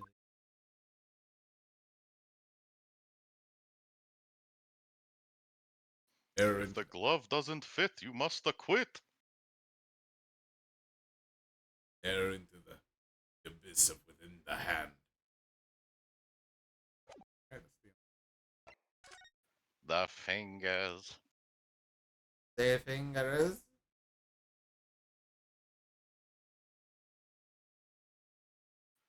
Where's the horses? Thank you, Mana. Where are they? For Masters, Ladies, Head Office. Ladies? What does that say? London. Head Office? Yeah, London. Job Masters. Oh. London head office. Phoenix, right? Oh! It's a reference. But how the fuck is that there? Why did they name Phoenix after her? Named him Let's after look at the a bus. underside. I can't. I tried. Look up Oh. top side. Go inside. Ooh. Well, let's open the door and go inside, shall we? The scene of a murder. It's horrible.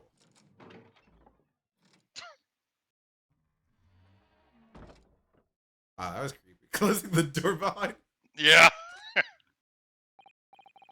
That's a poster for the Great Exhibition that's due to start 6 months from now. There's a lot of focus being drawn to the Crystal Tower, the centerpiece of the whole exposition. Oh, the Crystal Tower. It's under construction already, I believe. People all over London must be fizzing with excitement at the prospect of such a grand event. Why are they making an Eiffel Tower 2? 3, I guess. Yeah. It's kind of what I was looking at as well, but so are we going to take a wild guess that the brickmaker was killed by a Frenchman because they didn't want to be one-upped, and he's like a key proponent of building this tower? Anyone we find out later on is a fucking Frenchman. We have our we have our shot. We have our tinfoil hat theory. Are they gonna make this tower out of bricks? I feel like it would have been metal.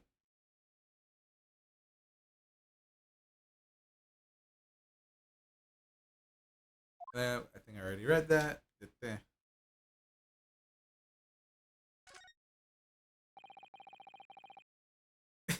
There's gonna be someone who was hiding inside. They're still in there. We open it up. There's a dead. Is it any better?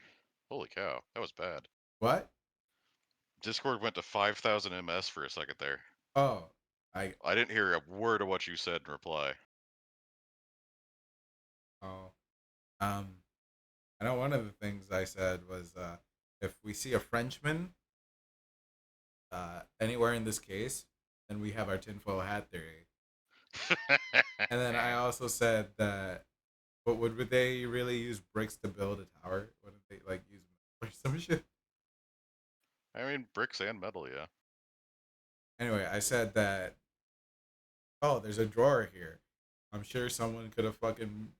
If this is a drawer or like some sort of like open thing, I'm sure someone could have hid inside. And then I was like, they're actually still in there. There's a dead body. In they couldn't get out. They never had a good chance, so they just died in there. Yeah. 3 All days desiccated. without water. See, it has a handle, it seems.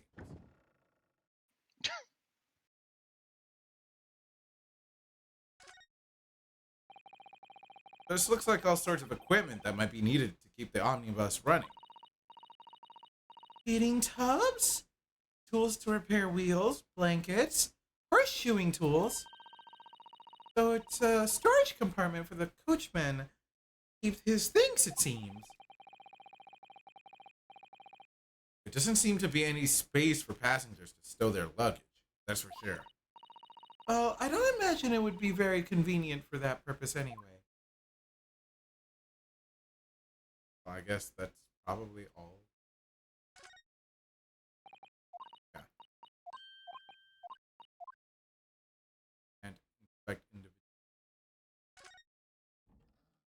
Close it.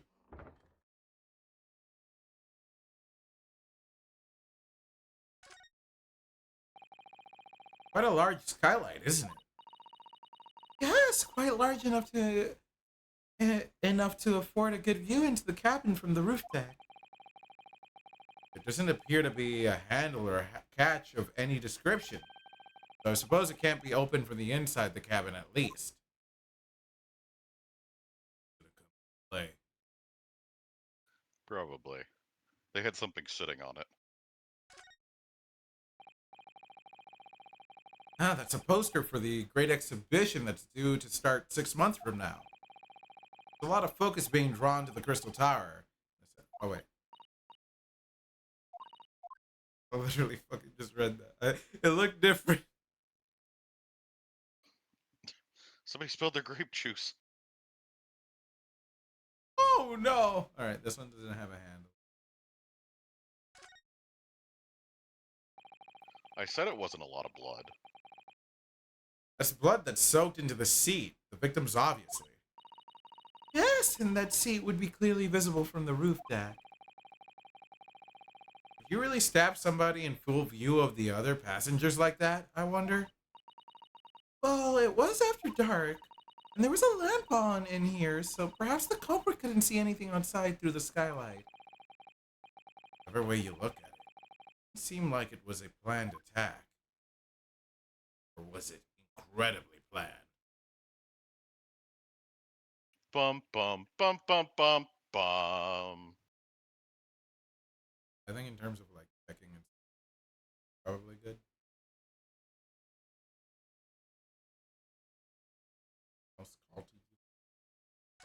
Alright, time to step out. Not really. Have you seen enough? Let's step back outside then.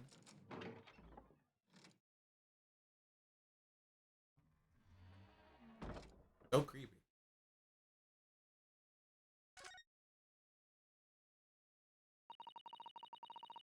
So this is the roof deck of the omnibus. Oh, you must have a wonderful view of the London streets from up here. People sit all the way up here on bitter winter nights with the cold air rushing past them? And they had to pay money to do so? Ugh, I can't imagine how cold it must feel. That just made me think of something horrible. Can you imagine being dragged around the city in the freezing cold as punishment?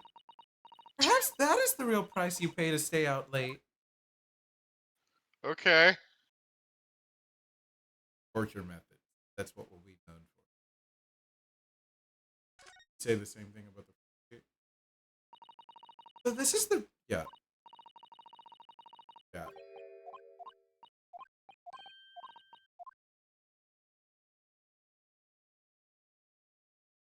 Not going to talk about how the carriage is drawn? All right.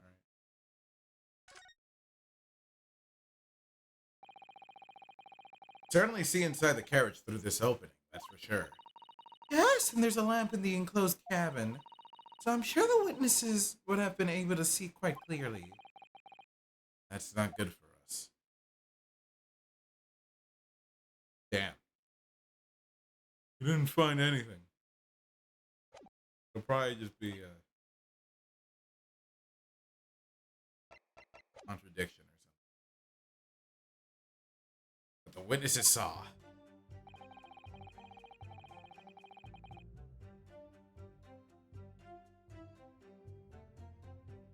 Do I just go ahead and press?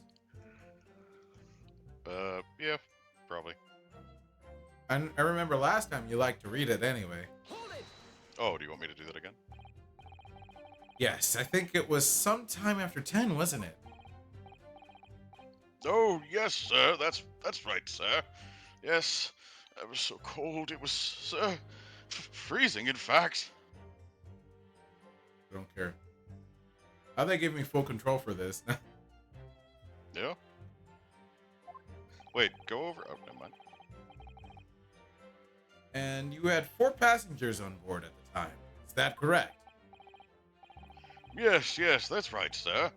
Not all traveling in the same parts of the bus, of course, though. No. What did you want to see? Oh, I wanted to see the little icon that popped up. I wasn't sure if that was like a live feed or something. Ah. And there were no other passengers when the incident took place. No one alighted, for example. You're quite right with that, sir. No other passengers like that. No, none.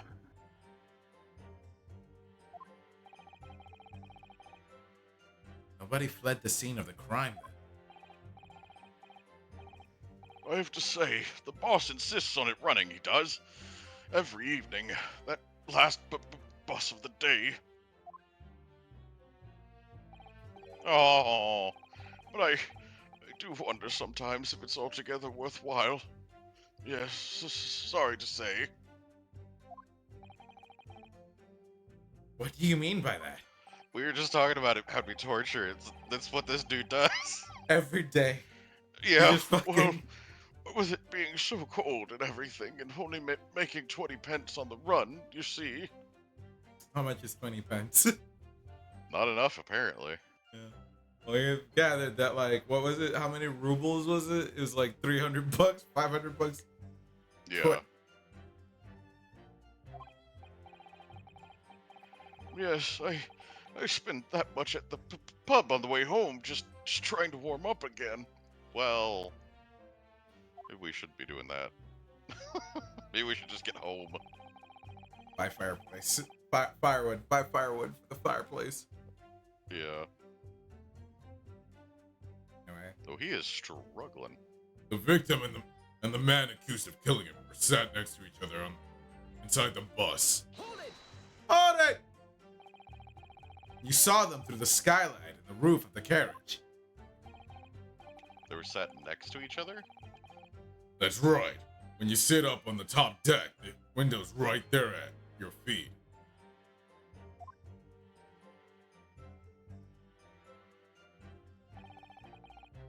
There was a lamp on the inside, so I had a pretty good view. Oh, okay. Got his suit.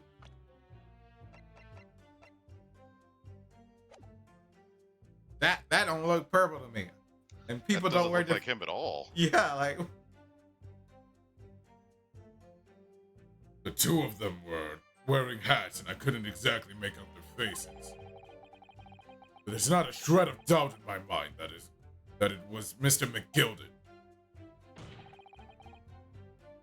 How can you be so sure? Well, how can I put it politely? McGilded is a gentleman of rather small stature. I couldn't have mistaken him for anyone else. Let's not forget that when the vehicle came to a halt, the only people inside the enclosed cabin were the deceased Mr. Mason and Mr. McGilded. But the flashback you showed looked nothing like him. There is no room for doubt here. Ah, I really wish there was. Then out of the blue, the accused just reached over and plunged a knife right into his guts. You actually saw the exact moment it happened. Didn't I already testify that? Or our fair dinkum, what? or our fair dinkum hard-working city bankers not considered trustworthy these days. They were ever trustworthy? Oh no, I didn't mean that. This is no good. I really got his back up. Perhaps you can just Do you tell mean us. like his hackles? My lord. Huh? Juror number 3! What's the meaning of this? My mind is made up, my lord. Completely and utterly made up. Made up about what? I don't like the stinking rich. Never have. I like this guy. They're always up to something or other that they shouldn't be. Every one of them. And that little leprechaun of a man is no exception. Well, he can't fool me. Oh, That's shit. metal as fuck. That is so fucking metal. What the fuck? There's no point wasting time listening to any more of this. That's my opinion on the matter, anyway. That is precisely what I was about to say. Uh-oh. As the foreman of the jury, it's my duty to set a good example to my fellow jurors. We literally just started the trial. We just started the trial. Oh, God. It's so cool, though. What the? What is happening here? How the fuck did they get those effects happening? Let me see. Yes, it seems that's how the members of the jury give their verdict. With fire? Apparently, yes. White for innocent and black for guilty.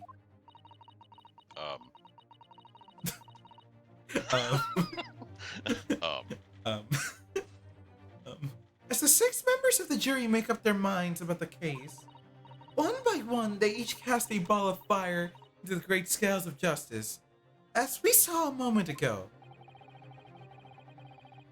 So if those enormous scales fall completely to the black side, does that mean... Let's do our very best to make sure that doesn't happen. I'm even more worried than I was before. Very well. The court acknowledges the change in the jury's stance. Counsel for the defense, please continue with your cross-examination. This is a nightmare.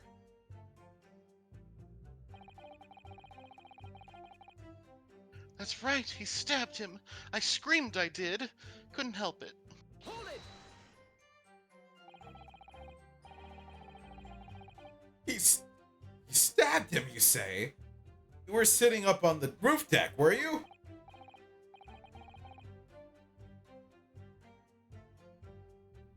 Check the others. Nope, we're good. You didn't read it.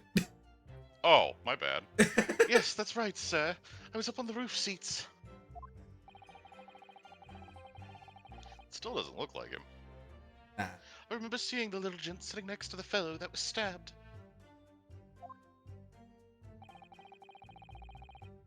I'd been thinking about a new hat design, you see, so I was just gazing absent-mindedly around. What about a hat that just stays on your head? Right, one that fits. But then I happened to look down through the skylight. It was sticking right out from his belly. That huge, great knife. Huh, His suit doesn't fit either. a grim sight indeed. That didn't help me at all. Cleaning. The jury look like they're even more convinced my client did it than they were before. Oh yes, speak up, dearie. I don't hear so good anymore. It appears to have made everyone even more dubious that Mr. McGilded is telling the truth. Only we had some evidence to counter their suspicions. Mr. First. Oh, yes, sir. Is this the knife you saw? Oh, good grief. Yes, that's it. The very one, sir. Is that? Yes, Counsel. This is the blade that was driven into the victim's belly like a stake through the heart. Glad I'm not the only one that's like, this dude's a vampire. That is the blade. That is a blade of considerable size, Counsel. It's only half as thick as my, It is. And furthermore, the scabbard is emblazoned prominently with a certain initial. Initial D? No, okay. The letter M, which seems oddly familiar. It's a W. Yeah. Please no! M for Magnus, perhaps? Or McGilded, possibly? Take your pick. It seems this particular big name in London made a magnificent mistake. Objection. But there are M's everywhere! Yes! Like in Mason! Objection! This blade is far too extravagant for a poor brickmaker to have owned. We're just getting full classist up in here. No, this weapon of murder almost certainly belongs to the accused. What if it was like the only thing he like worked all his life for to get this blade because he loves knives? He's got knife autism. Yeah. For anybody that's just tuning in, we're making jokes at, like, the dudes that, oh, they're not autistic, but like, I mean, really, like they have a full model train set in their basement that takes up the entire basement, or as Mana brought up earlier, the lighter people that have like 1,000 lighters. Like, there's some neurodivergence as we go back through history. Like, we didn't call it that, but come on. Not conclusive, but certainly compelling, Counsel. A large-ish. Mirage constantly has to himself so he doesn't get canceled, apparently. My lord. I don't know, it just felt like something that needed context. Needed guys. Sorry. My lord, if you'll forgive the interruption. Ah, juror number 2, gone. Let me guess. You're gonna put it all on black now, aren't you? I'm gonna put it all on black. All right. You start gambling with this shit. Yeah. 33. It's 33. Mr. McGilded is a pillar of society and a gentleman's word should be sacrosanct. However, those of us in service know we must accept hard truths. Wait! What are you about to do? Dispose of the rubbish.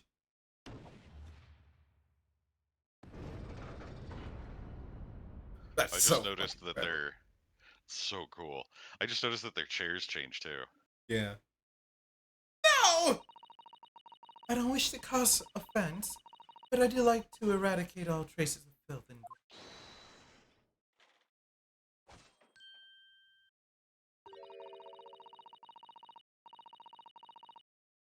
this is you. I have painstakingly typed every word uttered here today and cross-referenced all the facts. Are you happy with this? Yes. As such, I am now in a position to draw the only logical conclusion. I can't voice every woman in the fucking game. I took the grandma. I could probably do grandma easier. Oh, Sonny! Not again! That's 4 out of the 6 jury members who proposed a guilty verdict. There are only 2 left. We've had it! Every time I press these witnesses for more information, I just make the situation worse. Nevertheless, what we need more than anything at the moment is more information. We're still very much in the dark. I suppose I'll have to keep pressing the witnesses, knowing that more sparks may well fly. We mustn't give up hope that we'll uncover something that will give us a way to fight back. Can Bye. they change their decision? I guess so, yeah. They just reach into the main fire and just be like, oh, I'll put that over there then. Maybe they just put twice as much fire on the other side. Oh. It just gets really fucking heavy by the end of a trial. Yeah, maybe it's just gonna get really... It should be really fucking hot in here, actually, now that I think about it. With 2 bonfires going. Yeah. The judge is being roasted alive, dude. Bye. Alright, I'll keep trying. Can't give up. Just need to keep calm and listen to the witness's statements again. Alright. Last one. As soon as I heard the scream, I stopped my bus, and then I saw it too. Hold it! What exactly did you see? Oh, well, sir, that would be the passenger, sir. Yes, collapse on the floor, he was. And by the passenger, obviously you are referring to the victim, Mr. Mason, the brickmaker. And then the other passenger had that knife in his hand, like this. By the other passenger, obviously you are referring to the accused, Mr. Magnus McGilded. He showed it like he still had the knife in his hand as if he was about to stab again, right? Well, he also showed an overhand, which is not how he'd be able to stab like that unless he was, like, kneeling in front of him. Yeah. You wouldn't go over the top for a... Abdomen stab. But either way, it's like if he was already killed. I think the autopsy only mentioned one stab as well. Yeah. So unless he's really fucking accurate. Yeah. So you read that. And then he plunged it down like this, stabbing the other passenger in the belly. Nope, they're okay with that. I think it would show an icon at the bottom. What?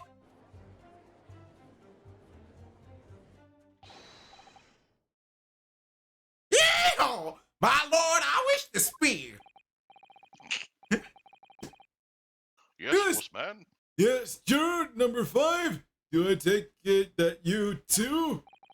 As the master of the London Guild of Coachmen, the idea of murder being committed in one of the city carriages is utterly abhorrent to me. Wouldn't it be right to make a decision before hearing all the facts, though? I said to myself, I heard it all, so fuck y'all. But I heard enough now. The horse is bolted, as they say. No. Wait, let me say. No, please, just keep an open mind a little long. Yeah! Now, Silver Blaze, the finish is inside. Maybe that voice was right on the money.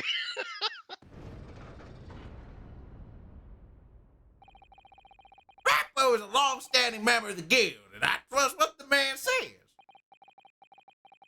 Oh, thank you, sir. You're too kind, sir. Can I have a raise? This is too unkind, sir. Which now means that 5 jurors agree to condemn this man. We love the old lady. Yep.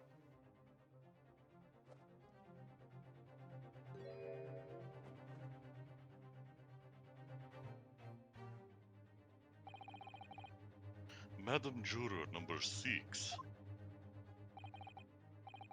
Yes, dear. What can I do for you?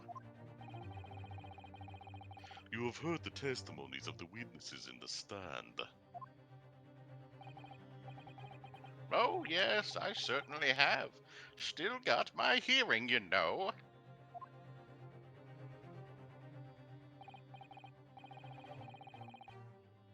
Then, pray tell, why are you yet to pronounce your leaning?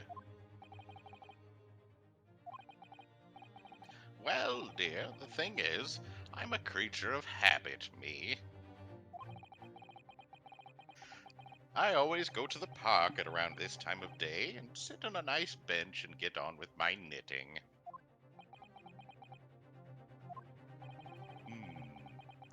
There's a lovely little park just near where I live. McGilded Park, it's called. The gentleman donated it to the city, you know, to put a smile on Londoners' faces, he said. We love the old lady. I can't imagine such a fine young gentleman would have it in him to take another man's life.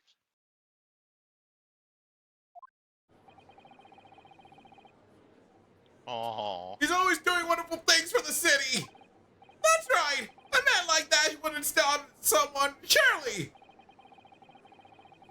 Mother, may we go to McGilded Public Library later and borrow some more books?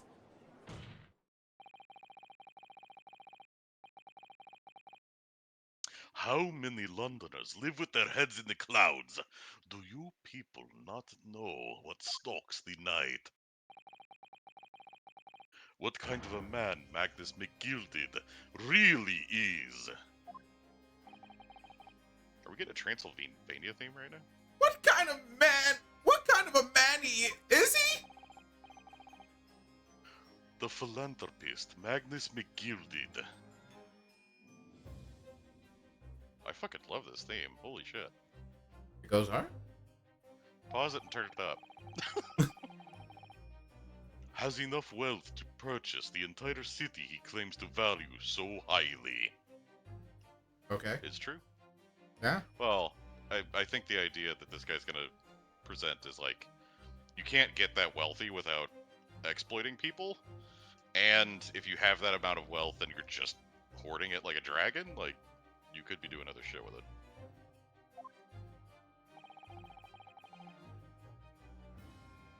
But where did all that wealth come from? Your client is a Shylock, sir, and one with the very darkest of souls. What? Stone the crows? Wasn't she making mittens? Hold on. That was a sweater. Maybe she finished the middens.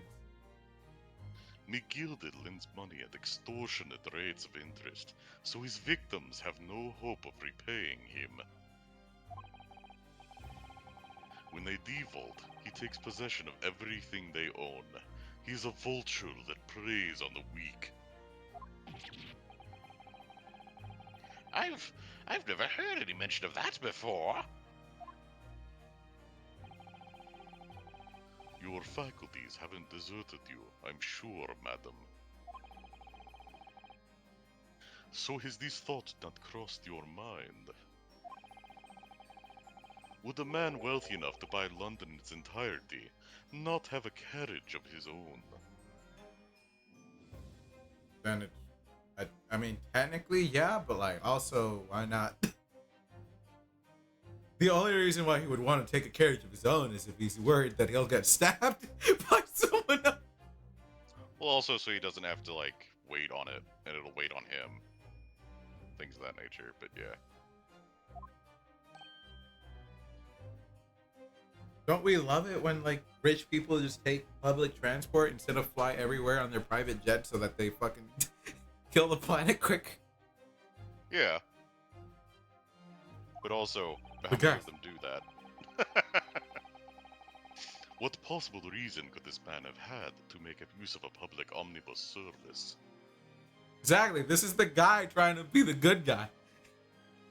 So that we don't have all these two-horse carriages polluting the fucking London streets with horse shit. With horse apples? It's impossible to walk anywhere these days. You're not saying that. The victim, a poor brickmaker, had next to nothing to his name, save considerable financial liability. It will come as no surprise that his creditor was the accused, Magnus McGilded. That makes no sense to me. Why would he kill the guy who owes him money? A message to all the others. But let it also be known that the very day Mr. Mason was killed was the final repayment date for his debts. Good gracious! The brickmaker was destitute. He had lost his house. He had not a shilling with which to repay his debts. Just make another one, Pepega. He makes bricks. Just make another one. Yeah, how is this dude such a, like... There's gotta be something else going on, right? that the guy that was supposedly so in demand for being such an amazing brickmaker had no money. Yeah.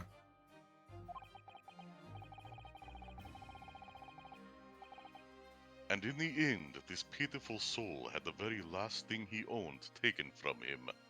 His life.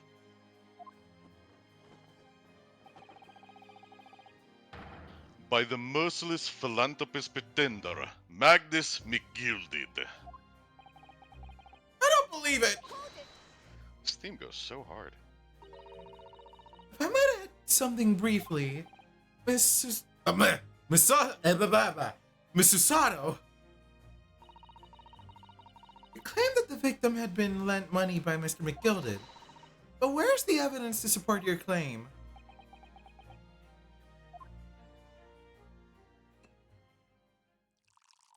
I was gonna say that's gonna come out red as fuck. Also, where'd that come from? Yeah, exactly.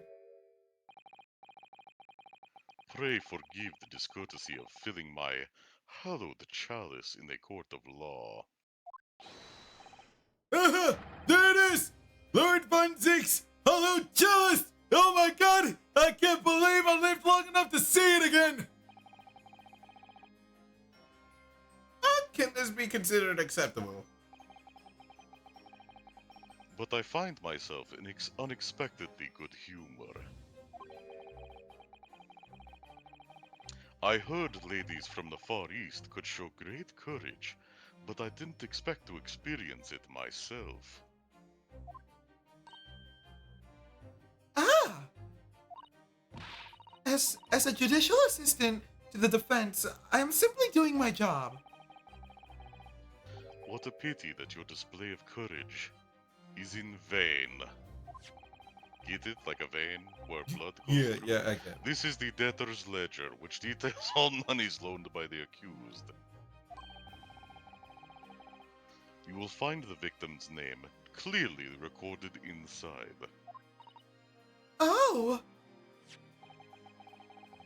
Allow me to present this ledger as evidence.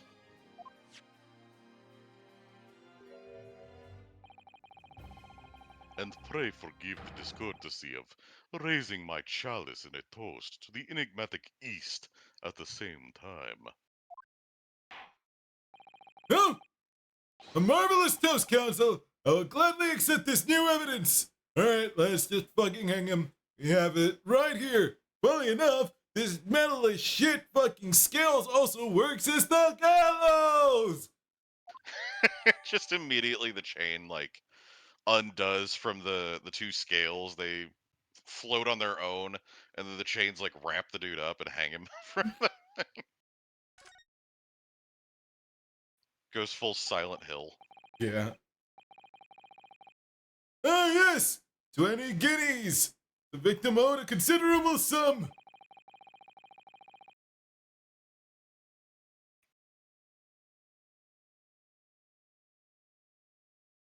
And the accused made quite certain he had ample recompense. Oh. Well, it would seem I've had the wool pulled over my eyes. Regrettably, madam, that is the modus operandi of the accused. Oh. Knife. It's a W! Look at it! Come on! First thing I do is rotate it so it looks like a W. Yeah. I can't pull out the knife. That part is the sheath, isn't it? Are you alright, Mr. Naruhodo? Oh, sorry. Yes, I just don't really like the blades. I just don't really like blades, but I have this katana with me. That one's special. Oh! Those don't seem like the words of a man with a large katana slung from his waist. That's not a blade. That's Kazuma Soul. Anyway, there's no sense in delaying. Let's see what the blade looks like. Jesus. W. Yeah. An ornate letter M. Undeniably Mr. Magnus McGilded's initial. And it's beautifully gilded too. It must be very valuable, I should think. Ah. Well, what is it? Look at this M. Turn it upside down. It becomes a W. This could change anything. Everything. A W? Yes, this is one of those, you know? Turnabout cases. I'm sure of it. I'm afraid I don't know at all. Wait, I'm afraid I don't know at all. But what I am sure of is that this is an M. Oh, well, that idea was quickly quashed. Oof. Oh, rip.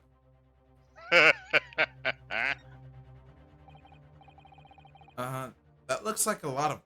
That looks a lot like blood. Surely is blood. Victims. Ugh. Englishman's blood looks a lot like a Japanese man's blood. It's almost like we're all the same. Right? Nah, couldn't be. Alright. You think it wouldn't? Sorry, it's just that I've only just arrived here in Great Britain. Finding it a little hard to adjust. Yes, I do understand. I thought they would be like lizard people or something. Yeah.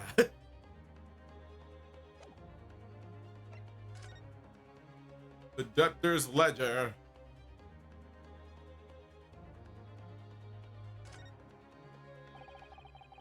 This portfolio must contain all sorts of secrets of London's gentry. Oh dear. You really think we ought to look inside? Uh-oh, it's not as though we know any of London's gentry personally. Is it? I was just thinking, what if we open this and it's basically Epstein's list? Oh, God. We're like, alright, maybe he didn't do the killing, but like, he should probably hang anyway. Apart from our great detective friend, perhaps. Did I read the last one? I wasn't checking. Oh, I can't even go back in dialogue. I don't know. There's no history. Fuck. Actually, I wonder. I assure you we will not find Mrs. Sholmes' name inside. Oh, let's see what we find. First up, Mr. Sholmes. In the most debt of everyone. Gosh, it's crammed full of gentlemen's names, isn't it? Well, I suppose they're probably not all gentlemen at all, are they? After all, not everyone in this country is well off. Ah, goodness. What is it? Look at this. Do you see the name here? Bruce Fairplay. That means something to me? It does sound strangely familiar, actually. The one guy I was in the fucking witness stand. Alright.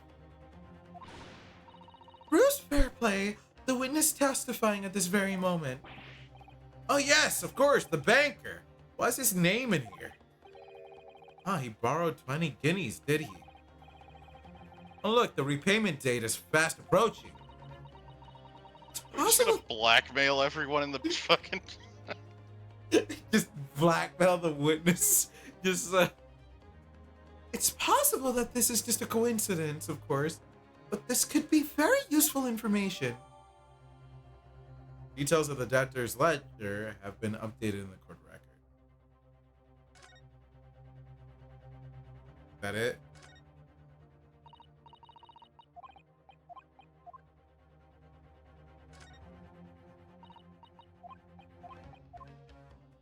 When you open it, it actually has...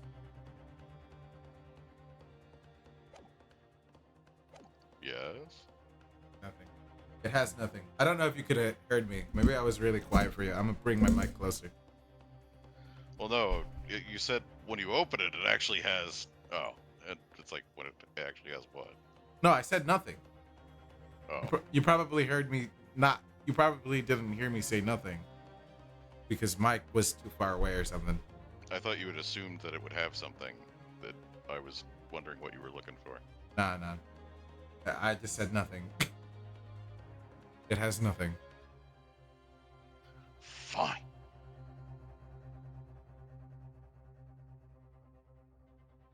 Did you read this one already? Yeah, I read Modus Operandi, remember? No. I clearly did. Modus operandi. It's such a pretty little park, too.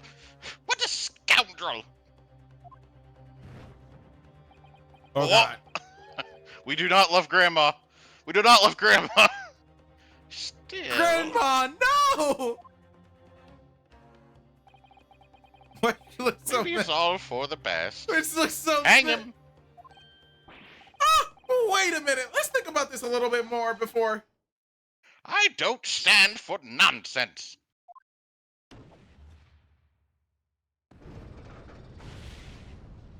Oh, Jesus. It's metal as fuck. What the hell? That was it. Last year's decision.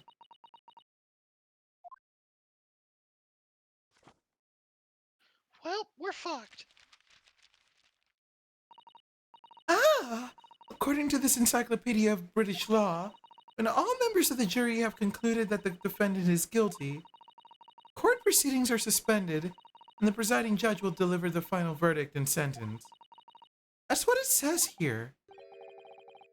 Final verdict. It's over then. Oh. There's a footnote, though. A footnote? However, the defense... All 6 members of the jury are now in agreement in this case.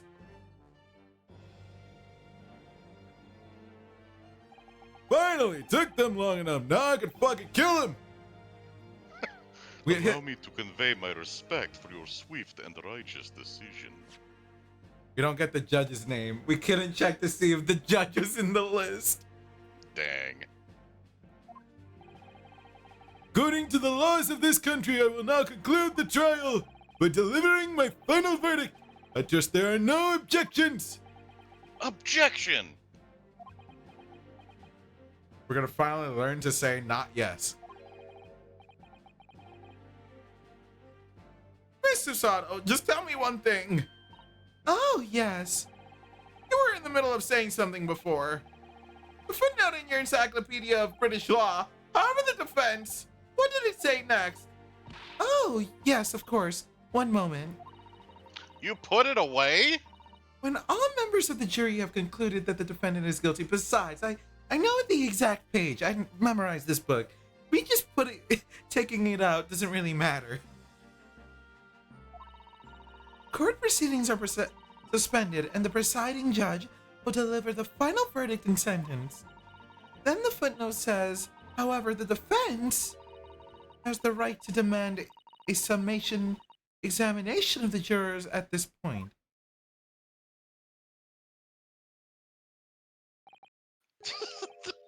The way he scraped himself off the fucking thing. A summation examination?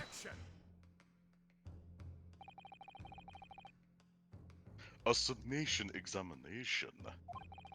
It's fun because it rhymes. From which century has that tome you have there been resurrected?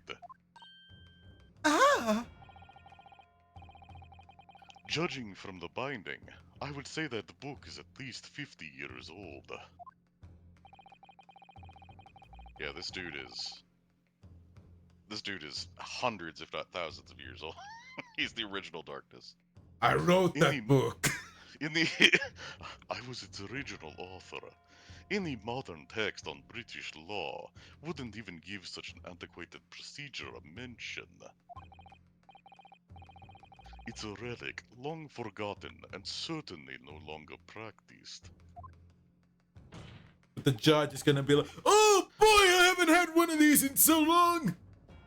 So you're out of luck. Oh!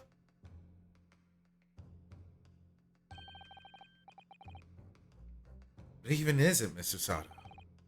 The so-called summation examination. Oh, one moment. Now read about it.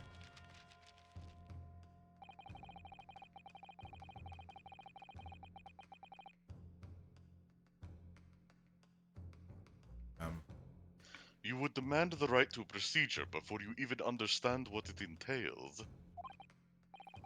I was typing, sorry. Wow. Typical Nipponese. Alright, Mr. Naruhodo. I think I understand. Seems that under this procedure, we would be able to appeal to the members of the jury. To do what exactly? Get of them to change their leaning and reverse their decisions. And it says here that if successful, the proceedings of the trial must be resumed. Make them reverse their decisions. Yes, in times gone by, barristers would use a summation examination to attempt to influence the jury's decision. That procedure became something of a formality with no practical benefit, really, so it rather fell out of use. I wonder why. Because it was devoid of purpose. Huh? Changing just one member of the jury's mind would be hard enough, let alone several. No self-respecting defense barrister would even assert his right to try in this day and age. Well, goody here, cause I'm willing to try. I don't respect myself at all. I have no self-respect. Still, I don't see any mention of the procedure actually being formally revoked. Well, the book is 50 years old. If it was revoked, then it... What are you suggesting? I'm suggesting that although it may be antiquated and largely forgotten, it isn't yet extinct.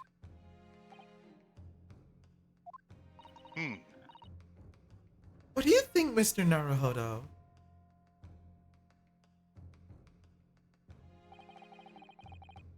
Summation examination. Last possible option. We assert our right to carry it out, and I bet defeat. Forget it, dude! I give up, man! I'm not made out to be a lawyer, dude! Eat the rich! The defense wishes to assert its right to a summation examination, my lord. Objection!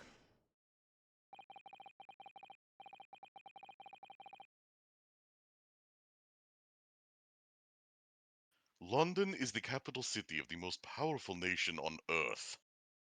Second only to Transylvania, of course. We have a duty to the world to exemplify the very highest standards of judicial procedure. Summation examinations are an embarrassment that should remain buried. Objection! But if it's alright, it's alright. I believe it could prove vital in this trial. The defense's petition is perfectly valid. The court will proceed with the summation examination.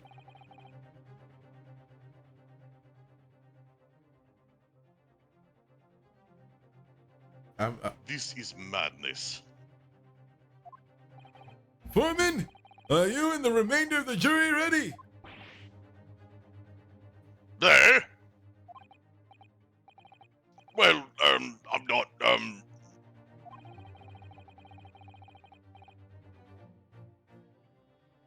There was no mention of this in the letter I received, you see, so... All members of the jury will be asked to explain on what grounds they have reached their decision.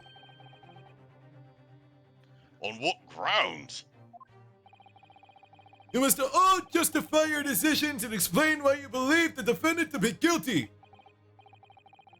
Well, my lord, you're rather putting us on the spot. This is most irregular. No mention was made of this before. I don't really hold with all this justifying lot.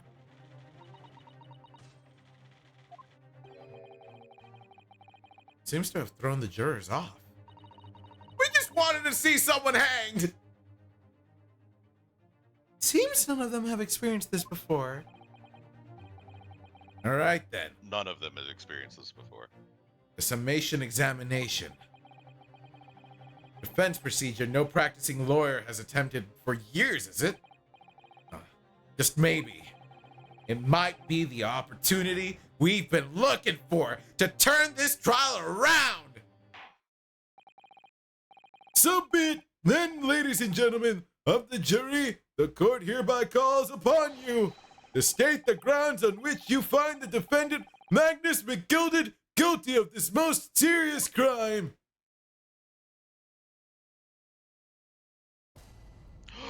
I just realized who did it. Ooh. Male Strongheart.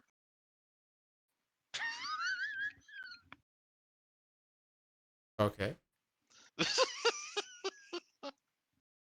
He sent us up here to lose on purpose because he owes a massive debt to McGilded. Okay. It isn't him, but it's for male. He would have What the lost if we fuck? didn't show up. Yeah, but you know. What the fuck? Can we move off of him or like cover him or something? Well, you need to read it. I can't focus while he's doing this. Thank you. What does it say? Damn it. Why can't you focus on reading when he's doing this? It's so like it's like Subway Surfers. I can't look away. Why? Just cover it up. I don't know. It's stretchy ropes. You got hands, don't you? Just cover up your eyes, dude. Just cover up and just look at the bottom.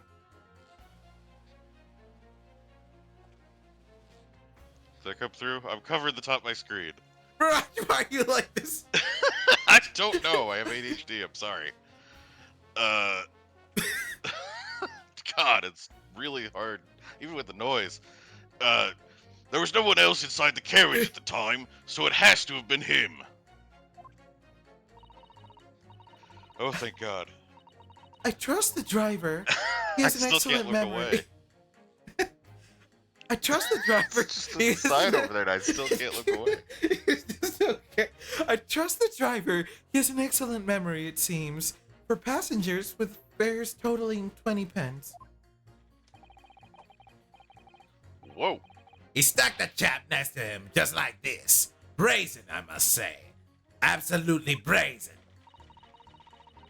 I have simply typed and collated all the statements made thus far and drawn the logical conclusion.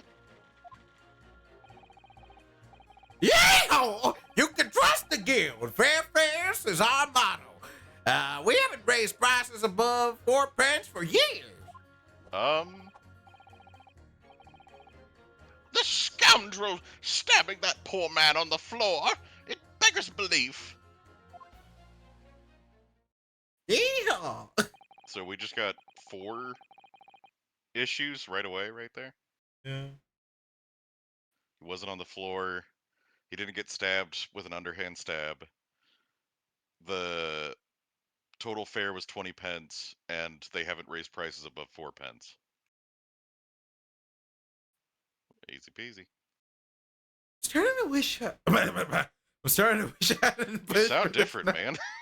I told you, I'm a 16-year-old Japanese girl from Japan that came here to study law as a judicial attendant within my heart. Some of the jurors don't seem to have wonderfully formed arguments, though, do they? Well, let's see what we can do. We need to get these 6 people to change their minds. I'll have to throw everything I can at them and use some very persuasive language. Just a moment, Mr. Naruhodo. According to my book, that's not quite how it works. Oh? I thought I was going to have to thaw their icy minds with some heartwarming rhetoric about the defendant. Unfortunately, if the jurors have decided the defendant is guilty, they're unlikely to heed anything the defense says. But then... They've reached their conclusions by their own reasoning, you see. Your pleas will sound like excuses. In fact, it could recoil on you. The more you try to persuade them, the more entrenched they may become. Then what on earth am I supposed to do? Oh dear, I'm just citing what I've read about British law, Mr. Naruhodo. Something about the British people are just very stubborn. Like, they don't want to listen to what other people say. Right. I'm sorry. Do you have any Jail. idea how to make this work then? Well, from what I can understand, this is just. What if this is just racism breeding farm? Where it just makes you more racist?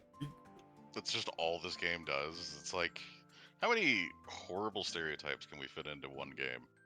I mean, that's Capcom games in general, dude. Is it? Street Fighter? Fair. I forgot.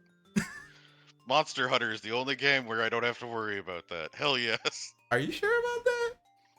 Don't ruin this for me. Are you sure about? All right, whatever you say.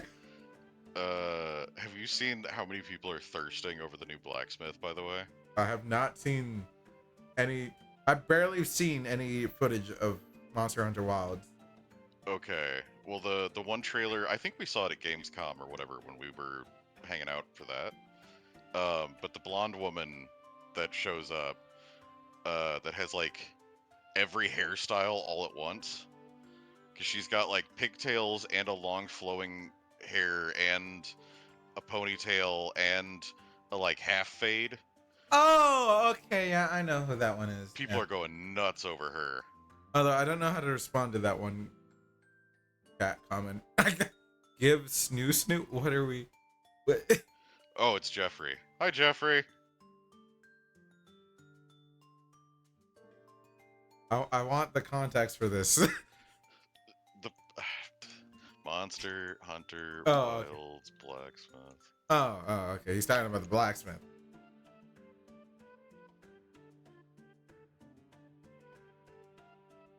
I already saw them, but it's been forever ago.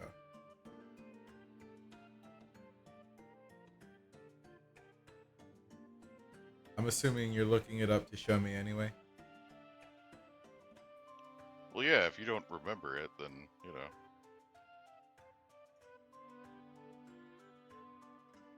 There you go.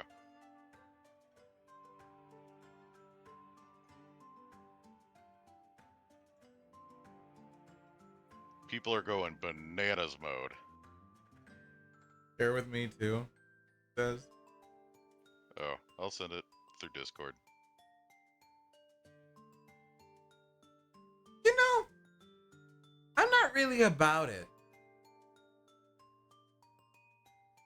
Was it the blacksmith from like the DLC of Rise or something? Sunbreak. She was also really fucking cute. Yeah, this one, I'm not really sold on this one. You have to meet her more. I don't know. The one in Sunbreak I saw once and it was like, I'm in love. But this one, Yes. Any question you have, yes. yes. Do I want to spend all my money on this sword that I don't even use? Yes. Anyway, I'm not really cooking. I don't really care about this one. He's okay. I'm not thirsting for it. Maybe this isn't like the best image got. For I mean, it's kind of all we got currently. The game isn't out yet. So, well, if this is all you got, then it's not great. I'm just, it's like, I mean, like, Anyway. Well, from what I can understand, the key to this procedure is using the juror's own words to make your arguments. What do you mean? Well, the 6 members of the jury are randomly selected members of the public. They may appear to present a united front, but the truth is, they are complete strangers who just happen to find themselves here in the courtroom together. And that's the way to break them down, you mean? Yes, exactly. We gotta have them start infighting. We must listen very carefully to what each member of the jury says, and see if we can identify any contradictory statements. If we can contrast the statements and pit the corresponding jurors against each other. I see. So it's contradictions in what 2 or more jurors say that we're looking for. In a way, then, this is similar to a regular cross-examination. Oh, yes, I suppose you're right. find contradictions in their statements, and pit the jurors against one another to break them down.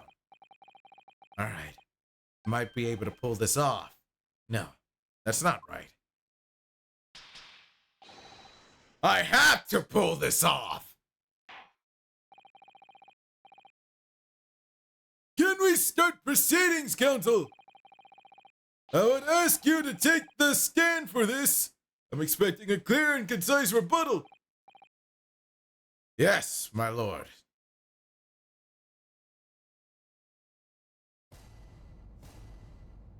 Okay, snazzy here with my katana. Defense's rebuttal. Oh God. All right, I got my hand in the right spot. There was no one else inside the carriage at the time, so it has to have been him. Press!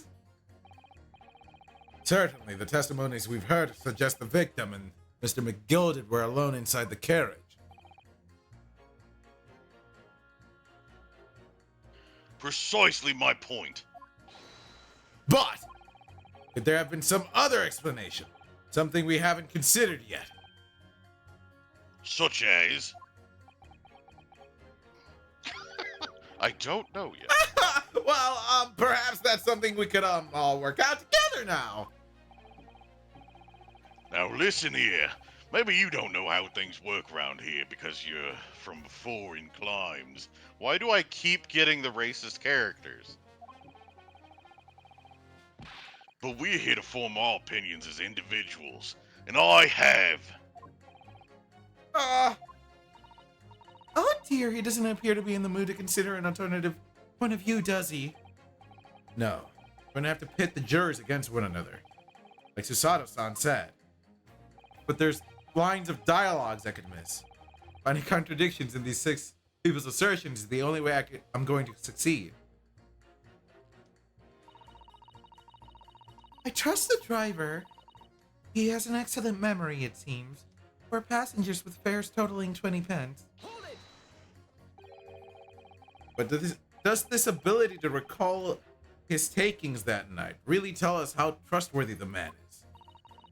I manage all his lordship's cash affairs, so I'm very particular when it comes to accounts. I see. A single penny can mean the difference between life and death after all, can't it? That's a saying in your country? My point is, a man who minds his figures is a man you can trust. Those of us in service would swear to that, sir. Does that bench really need any more polishing? So if the good driver says that he saw Mr. McGilded in the act, I don't doubt him. The only task left to do is disposing of the rubbish. Now wait a minute. One of the other jurors mentioned something about money, I think. Now would be a very good time to Do listen carefully you to the see juror statements Swiper? again, Mr. Naruhodo. If you notice an inconsistency in what the 2 jurors are saying, you should expose it by pitting them against each other. Yes, let's see if I can do just that. He stuck the chap next to him just like this. Brazen, I must say. Absolutely brazen. But, I mean, I Keep... Hold it. Oh. What? I was gonna say, keep moving back and forth, back and forth, back and forth. I want to see him like... Alright. Alright, so I just want you to repeat what you just said. No! I just want... What's with you trying to get, like, weird clips out of me? I mean, it's already existing. I just want you to put in your head what you just said and think about it. You realize... Innocent for this world. What? Do you realize what you just said? Careful. You could hurt somebody with that. Yes. You'll find one to talk. What that sword hanging from your waist, huh? No. It's in a sheath. That's just my battered soul. Well, anyway, despise anyone with too much money. They're all the same. All stabbing some brickmaker or the behind the scenes. You mark my words. That seems very unlikely. doesn't it? Are you mad, man? We know that small shorty is a rotten Shylock. Yes, that does seem to be the case, but... Mr. Naruhodo, please, be careful what you say. If he's been trying to squeeze money out of us less fortunate, then as far as I'm concerned, he's as guilty as sin. The man can hang. Come to think of it, didn't one of the other jurors have something to say about the defendant's underhand activities? If you thought of something, Mr. Naruhodo, don't let it go. Test your theory. The two jurors, blah, blah, blah. No time like the present to press Y and do the thing. I have simply typed and collated all the statements made thus far and drawn the logical conclusion.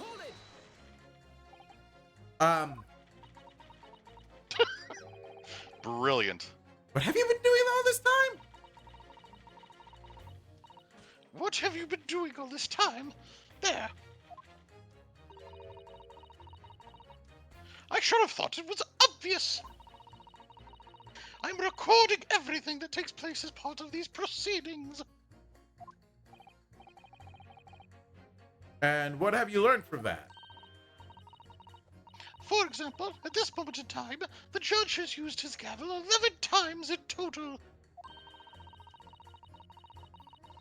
The prosecution has snorted derisively at your remarks 7 times in total. And, I might add, each time you have gulped like a simpleton. Thank you. And what's the point exactly? So, anyway, madam, are you able to explain why you think the defendant is guilty?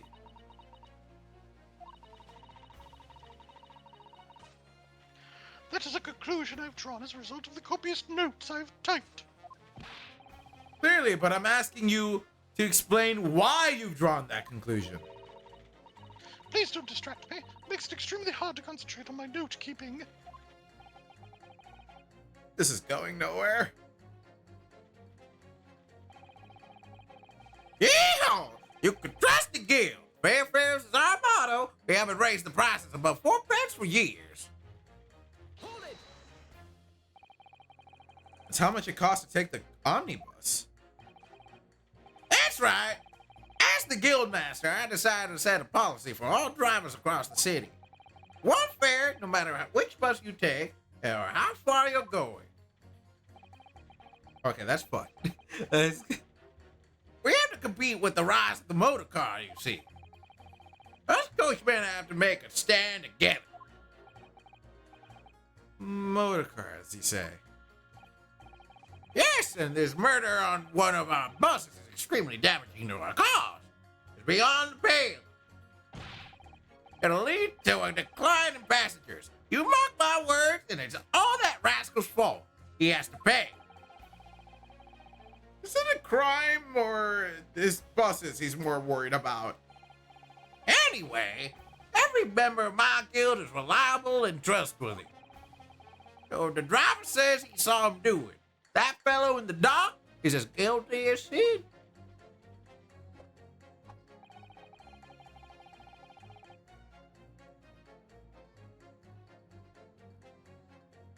The scoundrel stabbing that poor man on the floor. It beggars belief. I really think you should stop waving that needle around.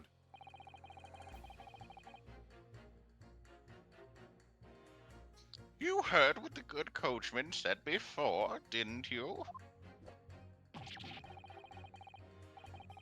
Jesus. That hideous man stabbed the poor fellow. Just like this. Yes, that is what he said. You're right. One moment. Let me do something real quick.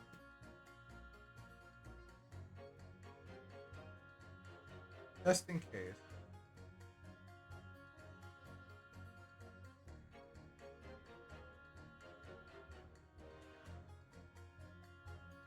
Okay. It just feels like it is a little bit delayed. Feels tight. Thank you. McGilded Park is such a lovely little place, too. I've always enjoyed resting my legs there while I get on with my knitting. And I had thought that anyone who donated such a delightful place must be a fine fellow indeed. I suppose I was wrong. Whoever would have thought he was a miserable, murdering moneylender without not a scrap of remorse? Help! He's as sure can be that he's guilty now. The old lady certainly seems to know her mind, doesn't she? So, you just need to find two jurors with contradictory statements and pit them against each other. What? Go back to the log and read who said that again. The old lady certainly seems to know her mind. Doesn't it? So we just need to find two jurors with contradictory statements and pit them against each other. I think it's so much easier said than done. I'm pretty sure this is wrong. I'm pretty sure this is him saying it. His mouth isn't moving. Well, I think it's his thoughts. Oh, She's saying it still. is that perhaps what you were just thinking? Oh. Jeez, Mana. How did you know? Wrong person again. What? That wasn't Susato that time. Yeah, I said that as Naruhodo. Oh, it sounded more like Susato. How did you know? I said it like that. Well, I took the liberty of doing some research in case you happen to find yourself in just such a situation. Shall I read you what I find out? It's a little long, I'm afraid. Do we want the dialogue? It's up to you if you're up for it.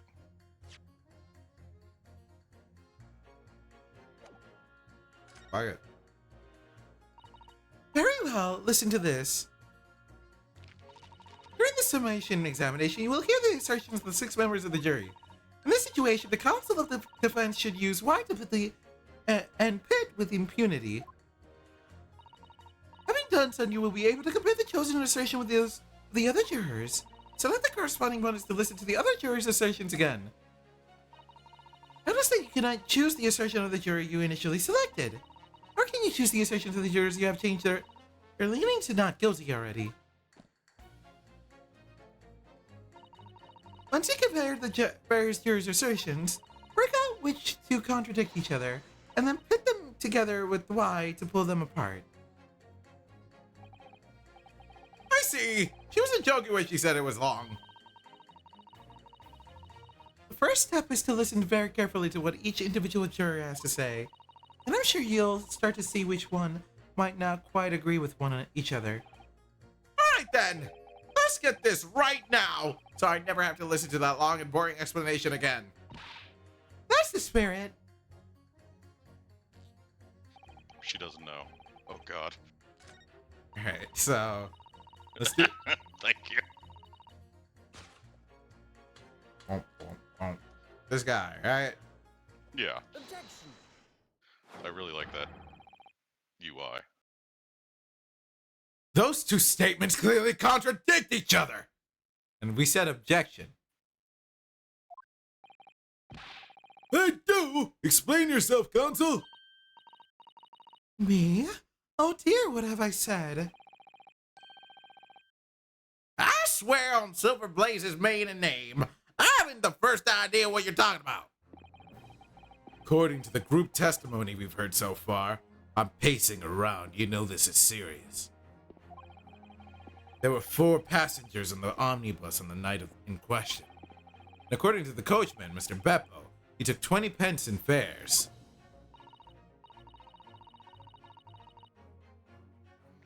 Quite right. I have those precise details typed neatly here in front of me. And juror number 5 also told us the following. The fare for the omnibus It's always 4 pence. That it is. A fair and convenient single price. Just the way London's carriages should be operated. That doesn't add up at all. Nobody could do math. In fact, it leaves a glaring discrepancy in the facts. Why, man, why? 4 passengers paying 4 pence each. If you do the multiplication. It would be 16 pence. Oh shit, I thought it was 18. Really? No, I'm making a joke like I'm bad. You fucking. Exactly. I don't know. Exactly. As I said, it doesn't add up. The figures are I can't believe you really fucking answered that. Like, really? I don't know. By 4 pence, in fact, or precisely 1 person's fare. 1 person's fare? Yes, in other words, on the omnibus that night, it's distinctly possible there was another passenger we heard nothing about. Good gracious! This can't be right. Coachmen of the guild are good, honest men. One and all. Trustworthiness is our watchword. The figures your coachman claims most certainly do not add up. Your watchword, good sir, is a fallacy. I beg your pardon. It does fit. That voice does fit. It really does. Who knew? Mr. Guildmaster. I'm glad I said he looks horsey. And that's my first assumption on a guy who has a horsey voice. Mr. Guildmaster, I think you ought to consider that if this trial were to end now, the news will surely spread all over London. The news that one of your coachmen tried to hide the fact that he let nefarious characters ride his omnibus. All right, then. How do I make it so this miserable trial doesn't end? Pour water on fire. Well, according to the book here, you simply launch a ball of fire into the innocent side of the set of scales. So it evens out. I guess. Now hold your horses there, coachman. That sounds more southern. Whoop. Go ahead. Why do you have to go? What? All right, I guess you don't want to read it. Oh, I thought you were asking me. Sorry. I'm trying to get it so I don't go back into southern, but I'm struggling. We were all in agreement. Why do you have to go and... There we go. Wait till I get my hands on you, Beppo!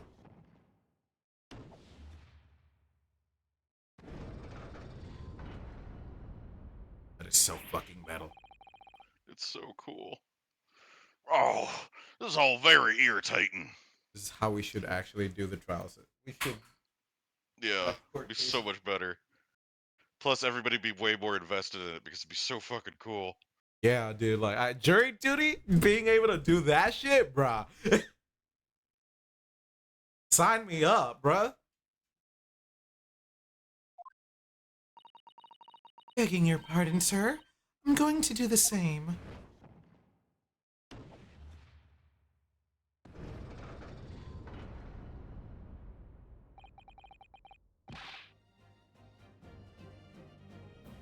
For the love of Mike, not you as well.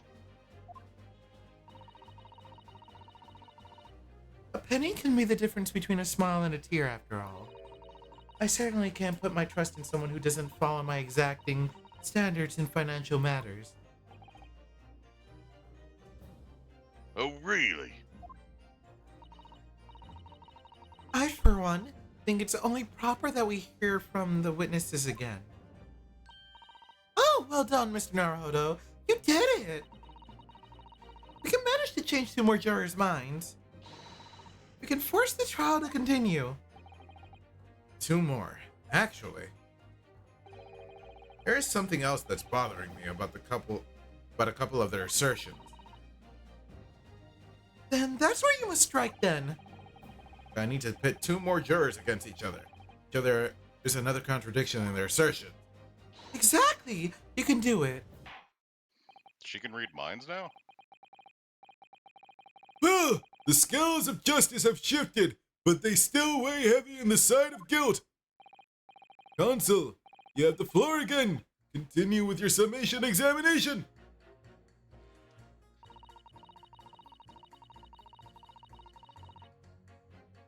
Changing leaning to innocent. I'm changing my leaning to innocent.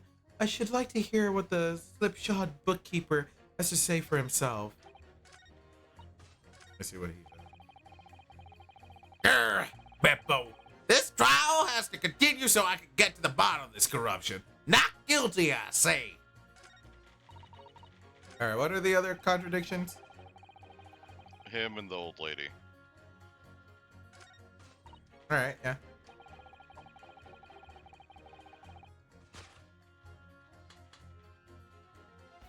Old lady. Those two statements are completely contradictory.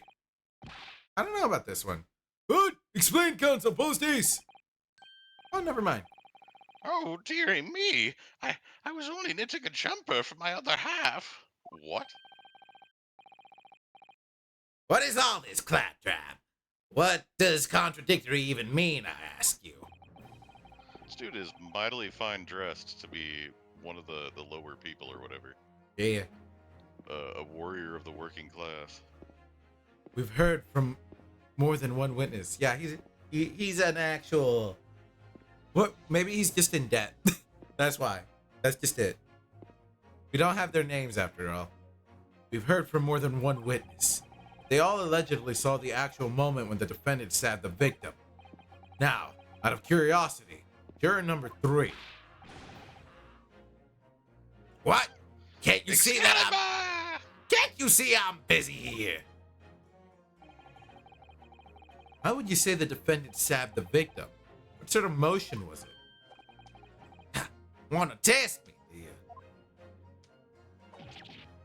Was like this. Stuck the fellow next to him, without even getting up. Just like the prim banker said. Yes, that was just... What? That wasn't what the banker said. Alright, well, that's what they seem to be going with. Yes, that was Mr. Fairplay's testimony, quite true. Now then, juror number 6. Oh, is that me, is it? What can I do for you, young man? How would you say the defendant stabbed the victim, madam?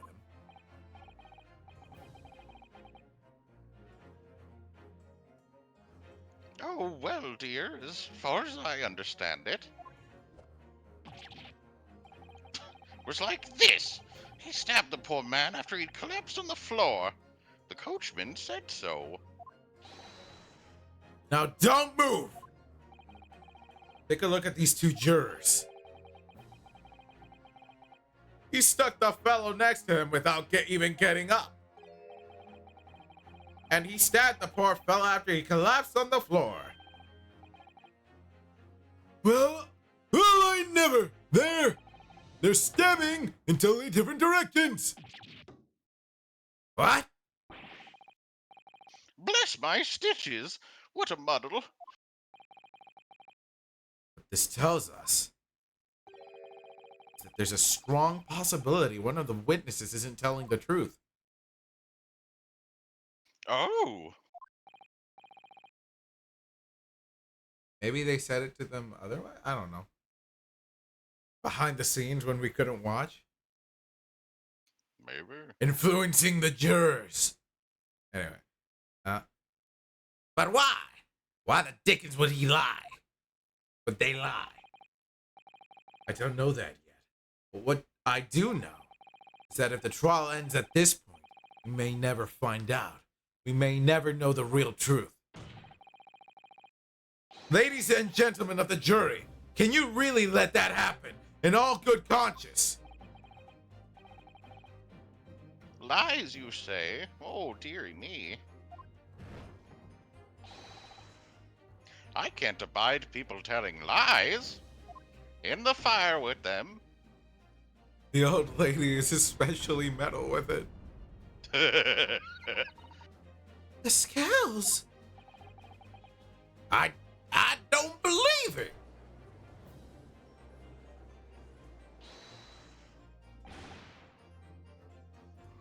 Wait! Now hear this, Now hear this, my fellow jurors. No, it's still doing it. I warn you, you cannot listen to this man. Why does everybody hate his black clothes? Why is everybody racist?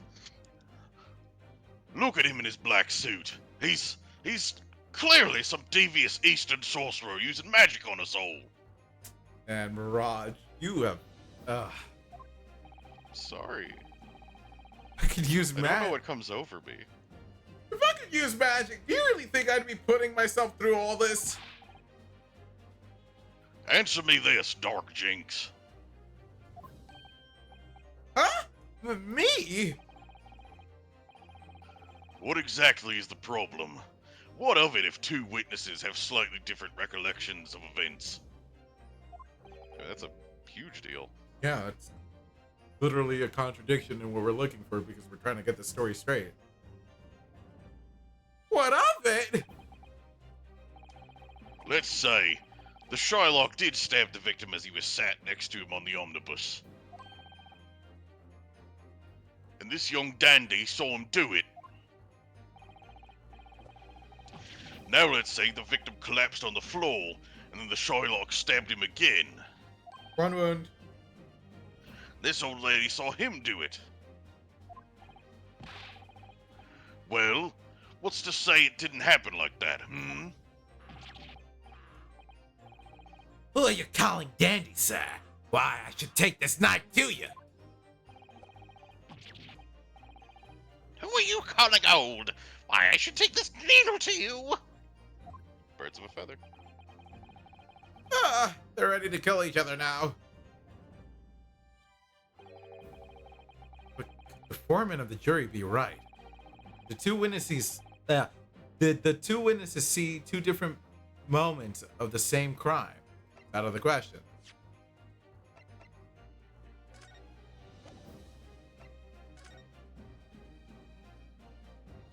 Yep. Yeah, stabbed once in the abdomen.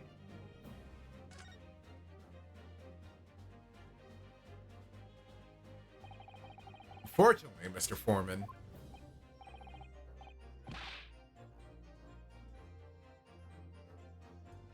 Hmm? What is it, you Dark Jinx? Come on, out with it. what you're suggesting is impossible. It's out of the question. Huh? What are you talking about, man? How will you possibly say that? You do realize that I'm only doing my job.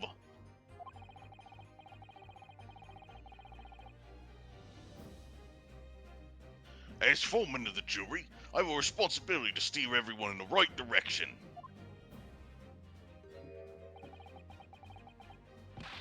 So where's your evidence, man?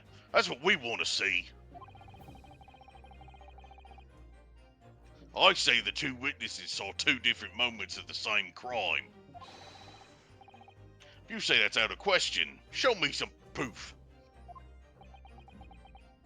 Sorry, some proof. Looks like the only way I'm going to convince him is to present him with something he can't dismiss. Some irrefutable Good thing we hard have evidence. As you wish.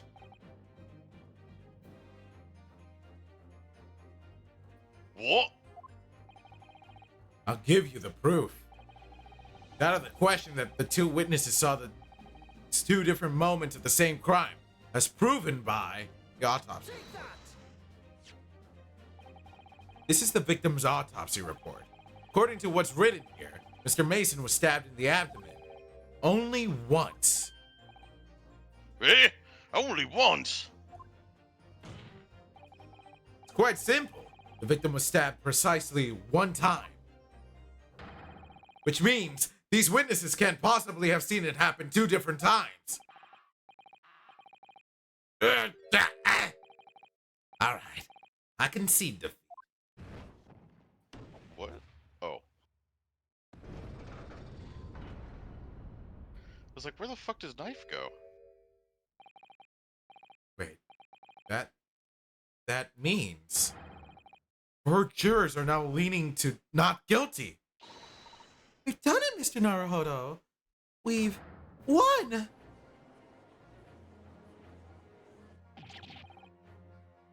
What are you playing at, you dandy fool? Shut your trap, sir. No one deceives me. But we had a consensus. I said shut your trap. I know a lie when I see one. And if the chap ever dares to cross the threshold of my shop, I'll take this razor-sharp blade and shave every last hair off his Please, head. please, sir, no. I gotta go use the please, restroom. no. Be right back. Oh dear Lord, why?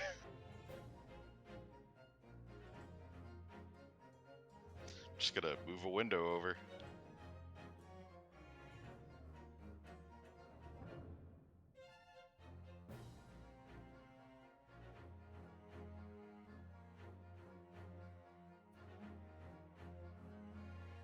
Mana?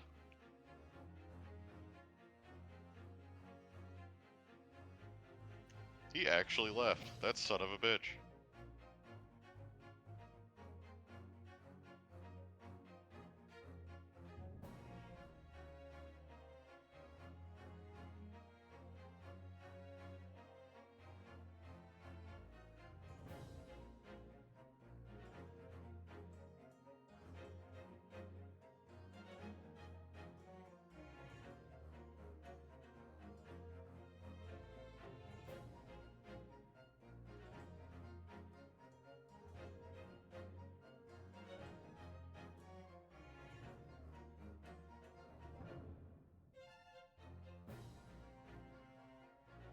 Man, I was holding that in for quite a while. You good? I hope your stream burns to the ground. What? What's the wrong with it? Please tell me he's a barber. Oh, in quite a remarkable turn of events, the Fenton Summation examination has flipped the balance of the scales of justice. The jurors now stand at 2 for guilty and 4 for not guilty. Accordingly, there is no longer a large enough majority among the jury for me to adjudicate. Adjudicate. And the trial must continue.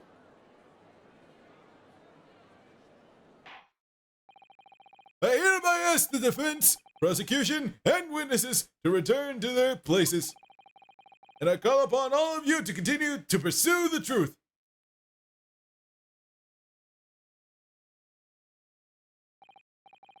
Sir, Lord Von Zeeks, continue to substantiate the case for the prosecution, if you please.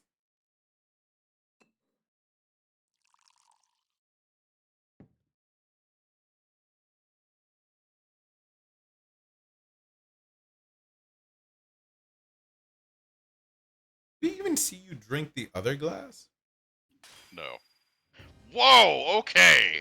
Was not prepared. Having savored the rich aroma of the carmine contents of this hallowed chalice. Your glove should be all red right now. He's a fucking vampire, dude. He does what he wants. I drink blood through my glove. It may seem crass to crush it to dust. Pray forgive the discourtesy. Lord Von Zeeks! Is it cold in here, or is it just me?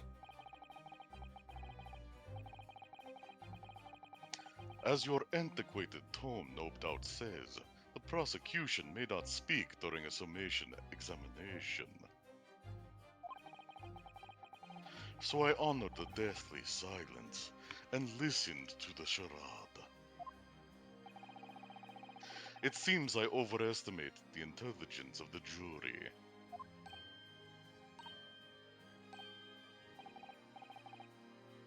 Well, no matter.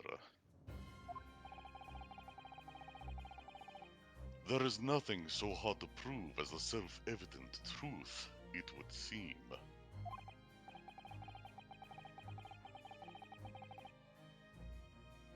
No. And why else would we grace the courtroom with our presence, after all?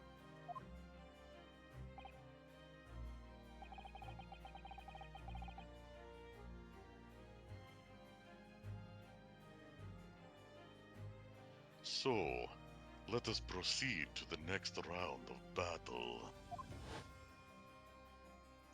Oh fuck. Oh fuck! Bring forth the witnesses once more.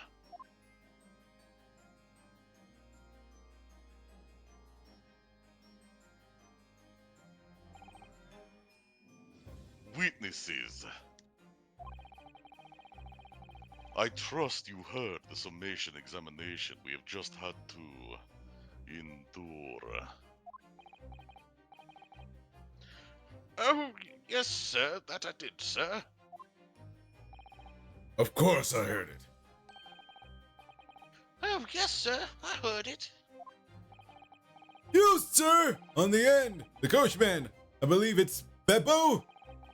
Such a weird name. Yes, sir, my lord, sir. Let's see, what is his full name? Oh, it just says Beppo. It's just Beppo. It's just Beppo. Bruce Fairplay. And, Poor okay. guy.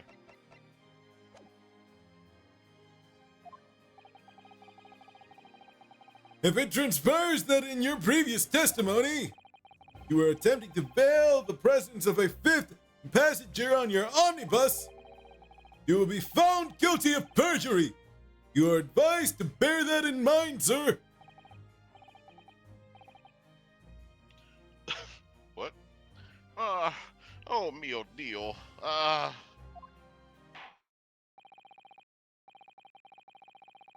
then, witnesses, I hereby call on you to testify before the court again. You will explain the various misgivings brought to our attention by the defense's summation examination. Grumpy face. I only carried four passengers that night. I swear it, but been skimming a little off the top. Well, I for one was told I had to pay 5 pence for the bus. He fiddled us on the fare, we did, and then I saw that blood-curdling sight as well. It's all too much. I tell you, I saw McGiddled stab McGiddled. McGiddled is The new McDonald's McGiddled. Yay. McGilded stabbing that man. Everything I said before stands. Oh, yes, he stabbed him. Yes, he did. I think so, yes.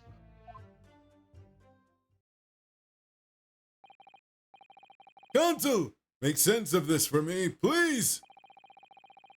The phantom fifth passenger conjured into existence by learned Eastwood friend never existed.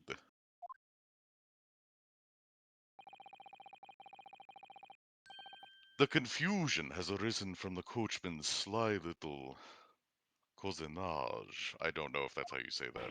I don't know what that word is. Oh, Beppo!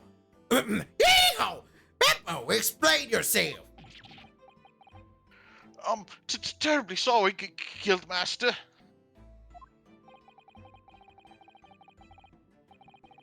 The guild fare is 4 pence across the board. You know that. Am I to understand that you've been overcharging our passengers by a penny a fare?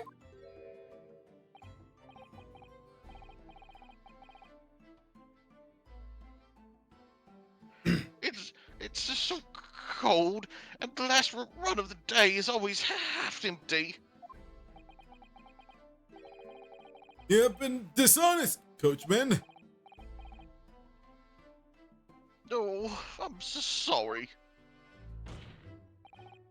You're a disgrace, Beppo. A disgrace! And your selfish actions have brought dishonor on the entire guild. If I may, sir, I had to pay 10 pence on the bus just last week. What? For passengers at 5 pence each is, yes, 20 pence. I've done the arithmetic 10 times already, but I just can't make the result come out differently. No, that figures.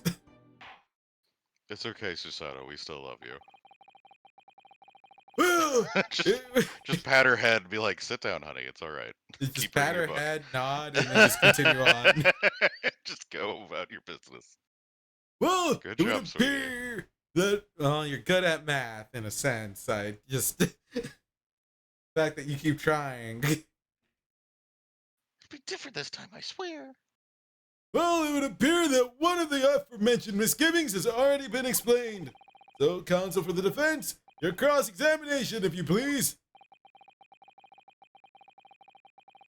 We've already had the pleasure of a protracted summation examination today. I see you intend to continue the parlor games. Absolutely. Absolutely. I didn't see the eyes. I love the stained glass. It's so good. I only carried 4 passengers that night. I swear it. But Hold it. So there were only 4 passengers on your carriage, but you didn't charge them the standard 4 pence fare. Is that right? oh. Whoa, sir. It's impossible to make the last run of the day pay. What? What's the issue? He's whipping at us. Yeah. Am I the only one that doesn't want to get whipped? Is that what you're into? I was so cold. It was all I could do to stop myself passing out. He's like halfway across the room from us, dude. A whip's got a good range. All right. I'm getting chillblains just listening to you. It was terrible, so I wanted to give myself a pat on the back for keeping the bus running. How is this man still cold? Doesn't a dedicated coachman deserve an extra penny per passenger? We should get this man closer to the fires. Yes. Toss him in. Yeah. Just throw him in. Just throw him in. You're digging a deeper hole for yourself here. If only there had been a 5th passenger on the omnibus that night, and we would have had another suspect.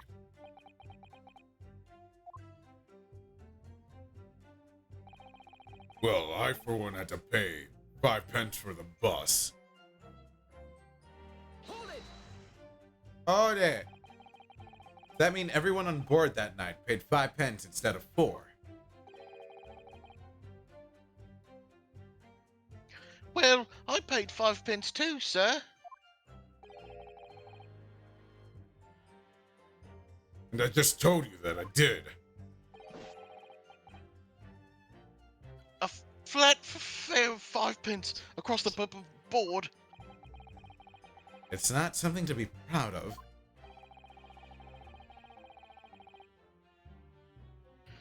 The so-called discrepancy my learned friend identified was nothing of the sort.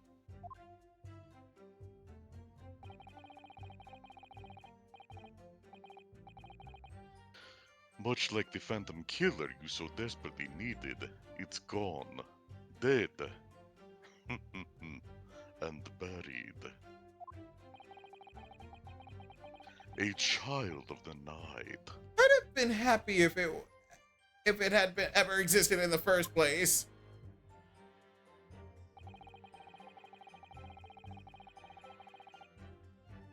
If we come to a decent stopping point soon, can we call it quits? Because, like, holy crap. Yeah.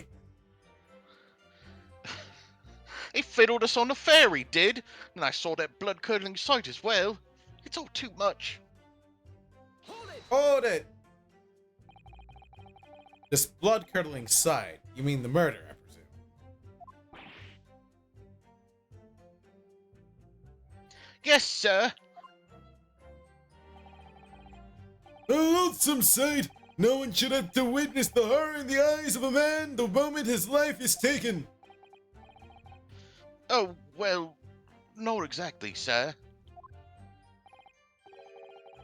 I mean, I didn't actually see the exact moment the gent was stabbed. Good gracious! Really? We have another witness who did, however. The banker has already testified to it. First didn't actually see the point at which the victim was killed. That may turn out to be very significant. I heard the banker gent next to me take a sharp intake of breath, see? That's when I looked through the glass. That's when I saw that awful blade poking out from his belly, all covered in blood. Every time I see a knife now, I can't help screaming, even when I'm eating. I tell God, that man is dying. I saw him killed. I saw him killed and stabbing that man. Everything I He's said. presently before dying of hypothermia. Somebody get this man a fire and a blanket, stat. So you saw the defendant, Mr. McGilded, stabbing the victim, Mr. Mason, who was sitting next to him.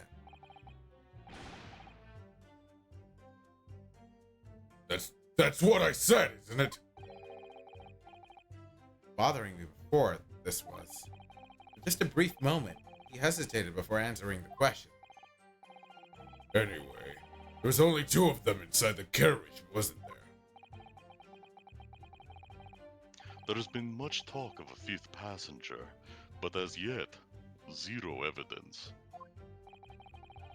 Then what are we wasting time? Then what are we wasting all this time for, eh? It's black and white, the man's guilty. Certain banker wants to take up the loan business, I see. Something about Mr. Fairplay's testimony just jars with me. Wish I could work out what it was.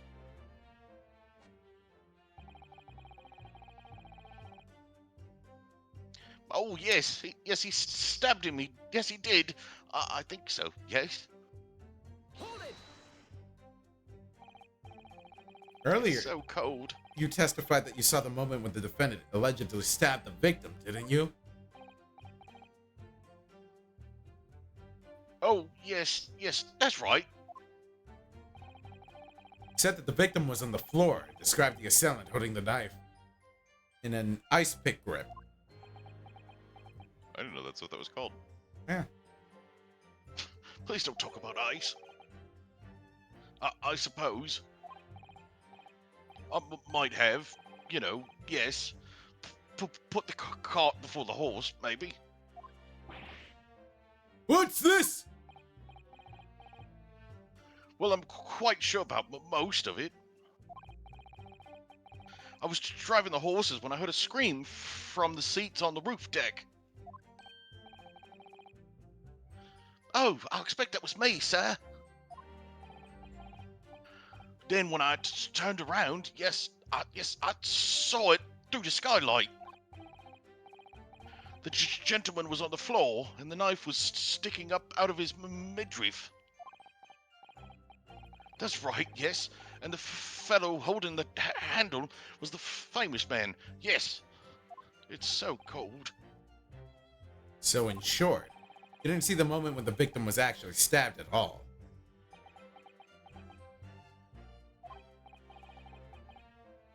I really thought I did, but when I go over it again in my head, no, I suppose I didn't actually see the precise moment. What in the love of fuck?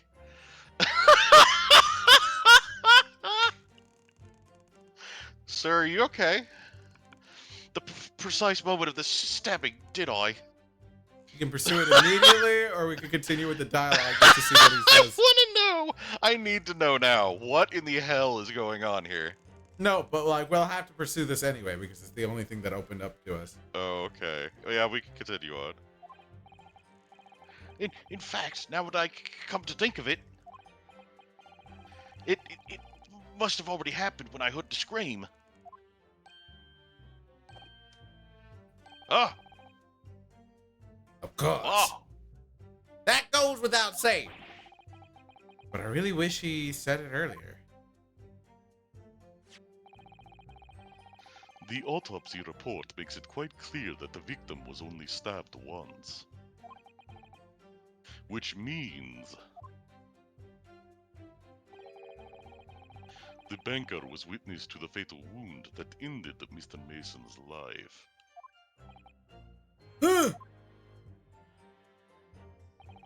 Not long ago, this trial very nearly came to an end. Somehow, we managed to keep our chances alive here.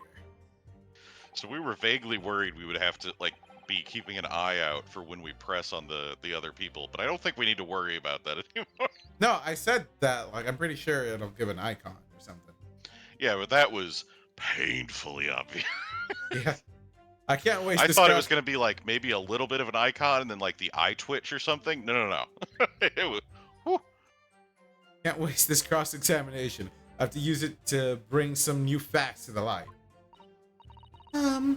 If you're not careful when you press these witnesses, danger is that the jury will end up believing something unhelpful, as they did before. Maybe, but we can't let the fear of that happening stop us from uncovering important new information.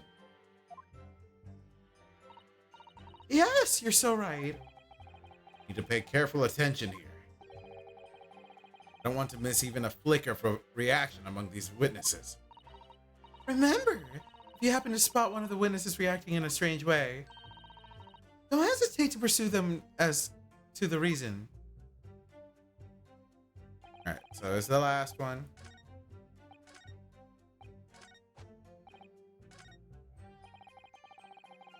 Hold it! Ba-ba-ba.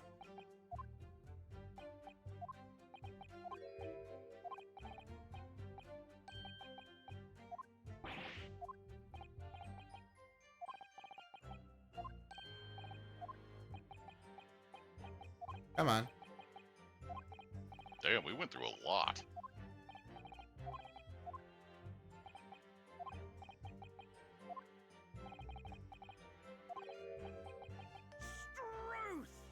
Struth! What? Excuse me. I don't know.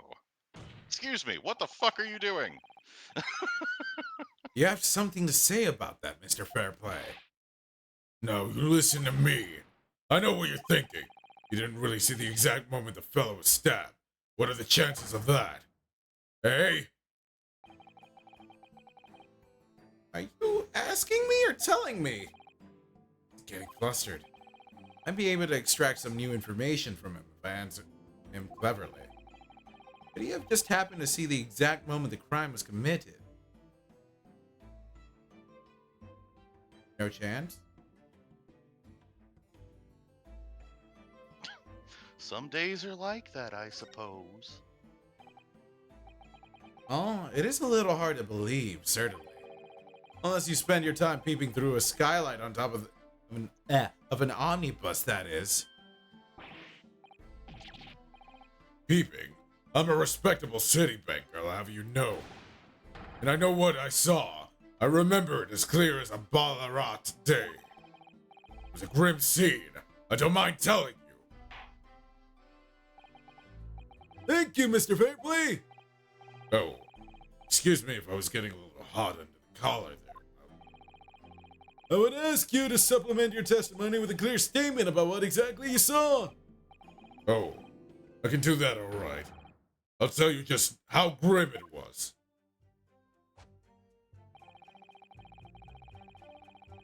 You think I'd forget the sight of those blood-soaked hands after the butcher stabbed the man. Hands, not the gloves. Blood-soaked? Well, perhaps soaked is laying it a little thick, huh? But anyway, there was definitely blood all over them. Both of them were covered in it. I can't read. And you saw that from the roof, through the skylight. But the skylight's reasonably large, so I had a pretty good view. There was a lamp on inside the carriage as well, so I'm quite sure of what I saw. Banker's latest statement. You're sure there's something not quite right about it. You feel something doesn't add up, Mr. Naruhodo. That's when you should have a good look through the court record.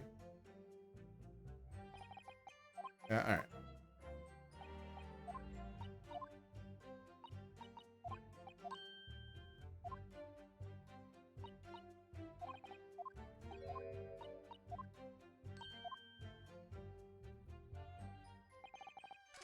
Alright, gloves, right? I don't know. Yeah.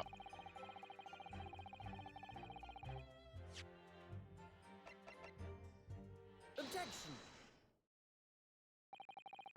Blood-soaked hands.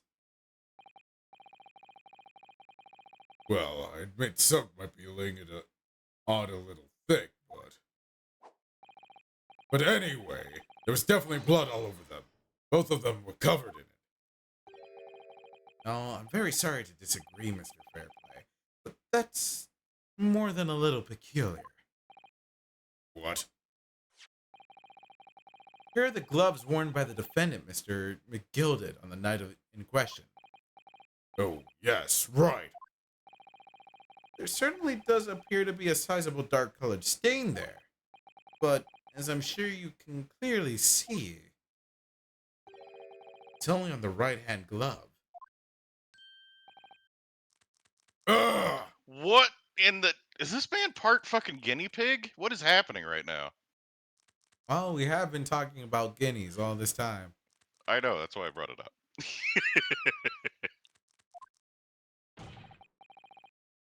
In short, Mr. Fairplay, your testimony is inconsistent. You don't play fair at all. Yeah!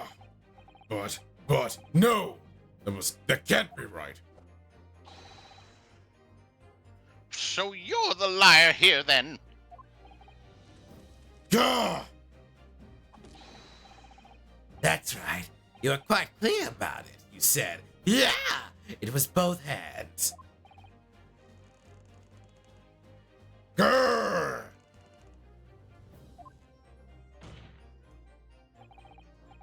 This game is absurd and I love it.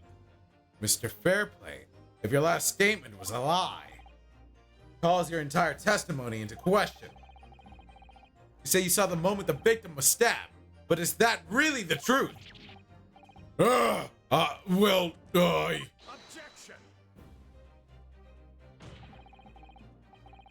It was a simple mistake. You can't justify accusing this man of lying. Yes, it wasn't both hands, it was only one, but the fact remains. These JoJo poses. The victim's blood was on the accused. Objection. No, Mr. Fairplay categorically stated that he saw blood all over both hands. Which means there's a strong possibility that this witness was deliberately trying to mislead the court. I can't read. I feel like I'm saying shit weird. Anyway. gah! Mislead the court. Mislead. I mean, it Mislead. happens. You're gonna get a few here and there as you go across. How Yeah. long have we been doing this? An hour? Hour and a half? Oh, 4. What? But fucking excuse me?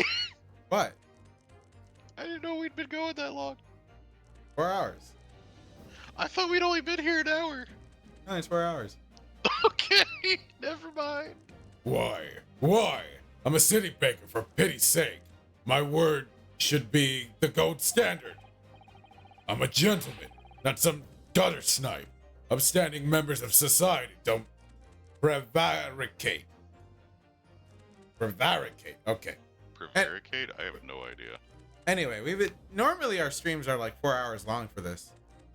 We had one 6-hour line. I just didn't realize it had been that long. I thought it was just me being tired. Claiming to have no reason to lie. But is that really the case? Mr. Naruhodo! We had some evidence to explain why Mr. Fairplay might be lying.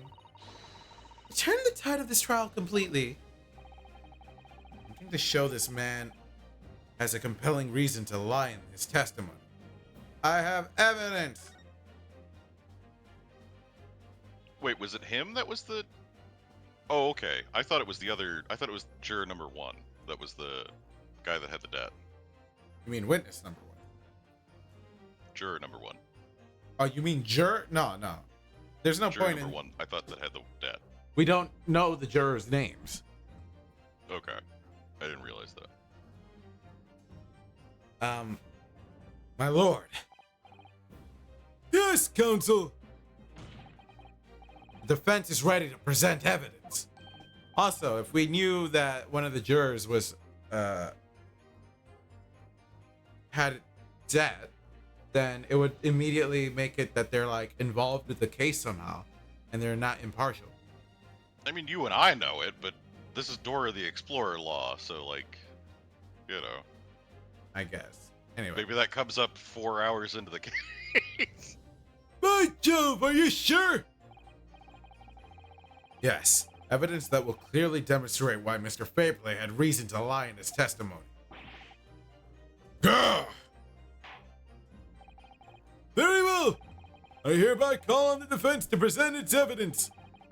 The evidence that demonstrates a motive for the witness's alleged deception of the court. Here. Take that! This is a list of the debtors who owe money to Mr. McGilded.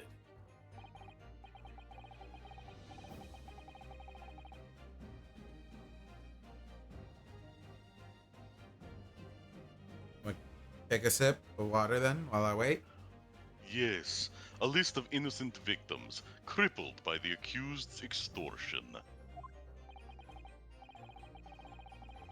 The point is, among the names of those debtors is your name, Mr. Bruce Fairplay.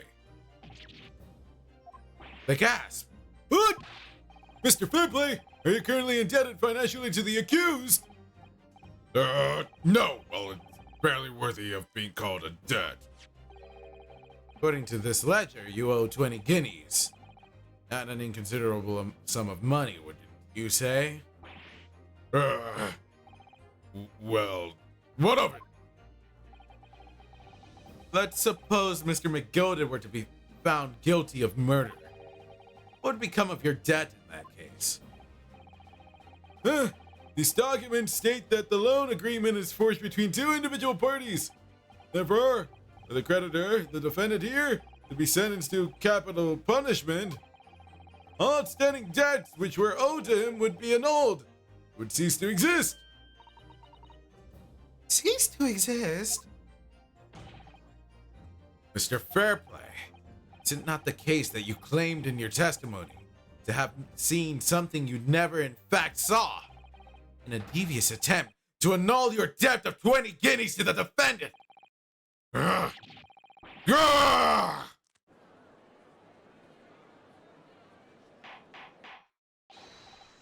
Order! Order! Order! Mr. Bruce Fairplay! Yes, my lord. Let me ask you again. And be aware that your answer may have most serious implications upon your future, sir. Did you, or did you not, see the precise moment in time at which the defendant is alleged to have thrust a knife into the victim?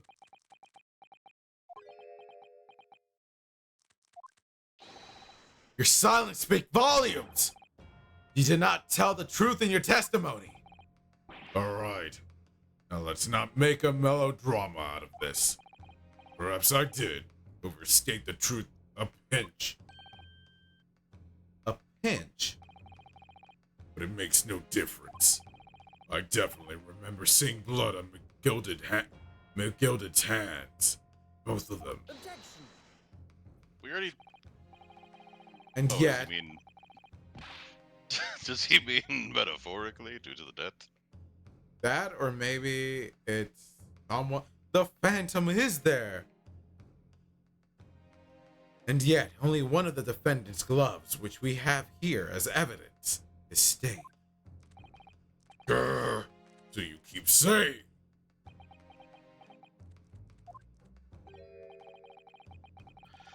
I wonder if I might be allowed to speak, sir. Go ahead, Mr. First. Well, the thing is, I think I remember seeing it myself, as it happens. Seeing what? The blood, sir, on the assailant's hands. I think, yes, I'm almost sure it was on both of his hands, not just one. Look at the glare he's giving to First. Yeah. I'm gonna fucking kill you if you don't say this for me.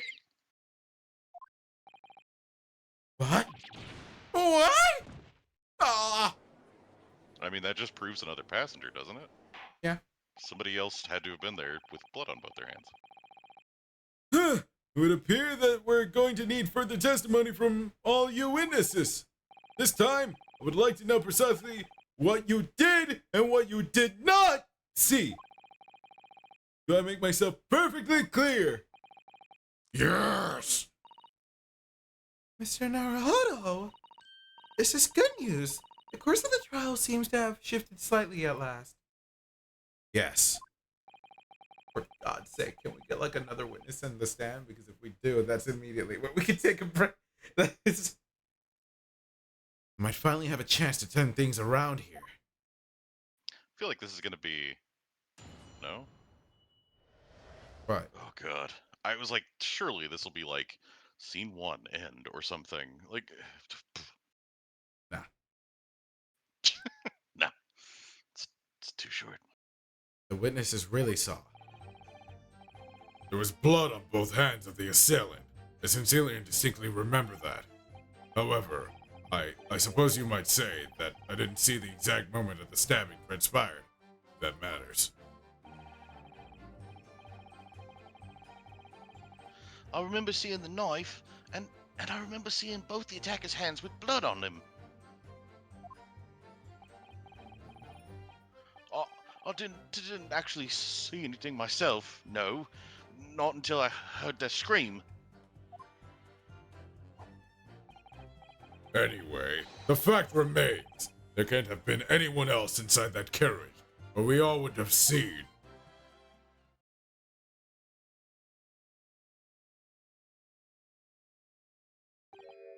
Well, lo and behold! In truth of fact, not one of you was witness to the crucial moment of the crime was perpetrated. I apologize, my lord, but honestly, there was no one else inside the carriage, and the man's hands were covered in blood. I don't know why I'm doing this to myself. Is this my kink? Grr, that much incriminating evidence is tantamount to saying we saw the man do it. Something wrong. Wrong. No, you just keep doing whatever you're doing, I guess. That's really not what testimony is. Let us examine the interior of the omnibus once more.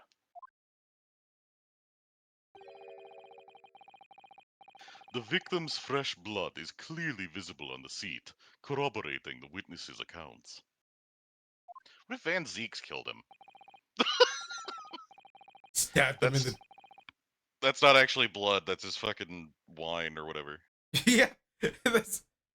He poured wine all In over other him. words, there is no substantial nor significant change in the facts of this case. Huh. Very well. Your cross-examination, please, counsel. Yes, my lord.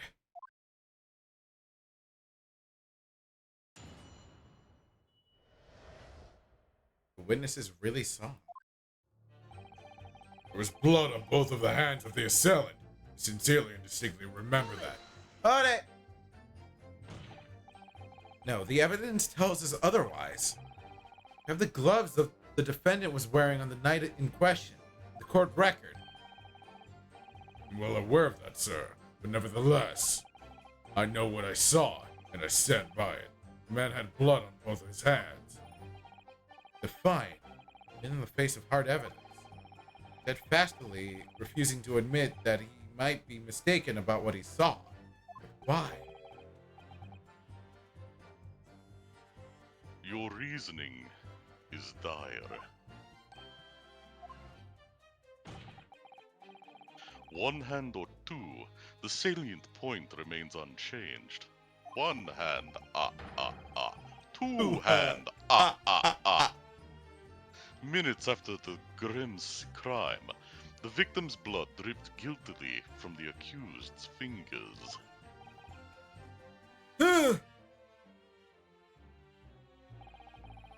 However, I suppose you might say that I didn't see the exact moment the stabbing transpired, if that matters.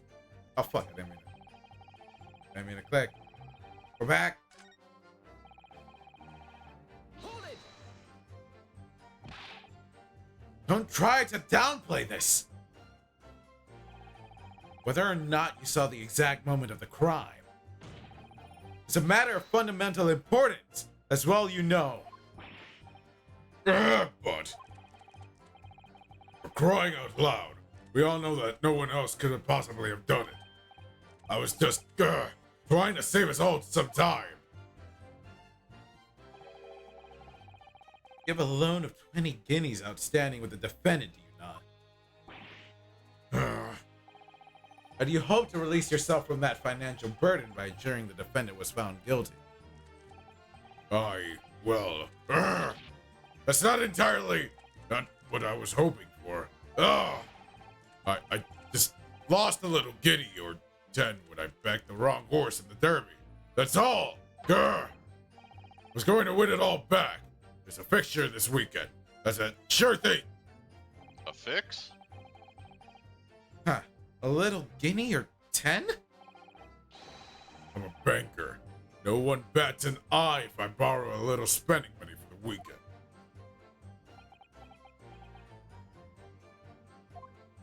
You're going to jail now. I think you may have revealed rather more about your character than you bargained for, sir.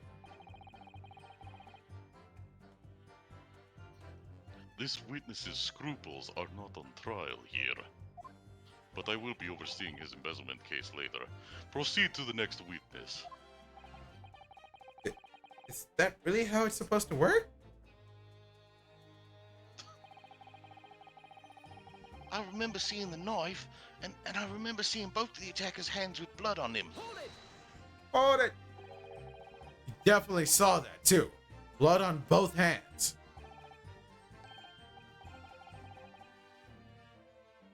Yes, sir. I mean, I know what you're gonna say. Only one of Mr. McGilded's gloves has any signs of blood on it.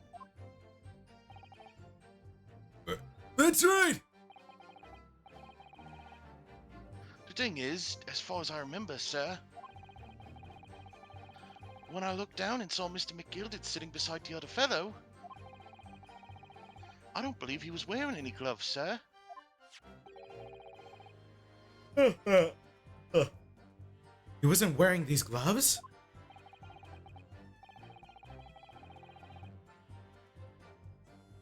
That's correct, sir.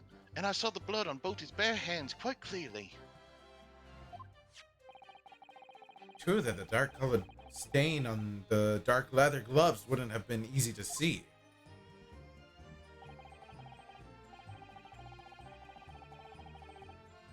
I should point out that the police officer who apprehended the accused on the night in question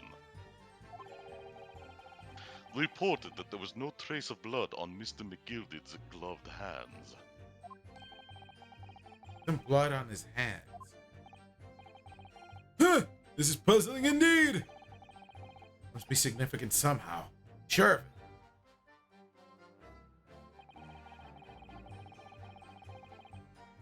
All right, after we finish this one, please let's stop. Fine. Yeah. We're gonna get like a break immediately after we stop. It's gonna be so funny.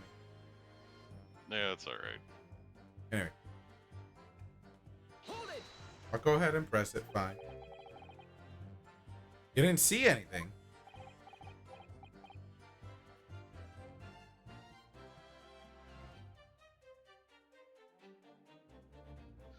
Oh, yes, sir.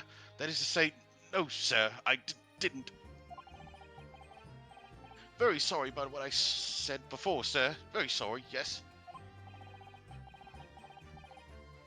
It was very wrong of me to make up stories, and I say I saw him stabbed a man. What?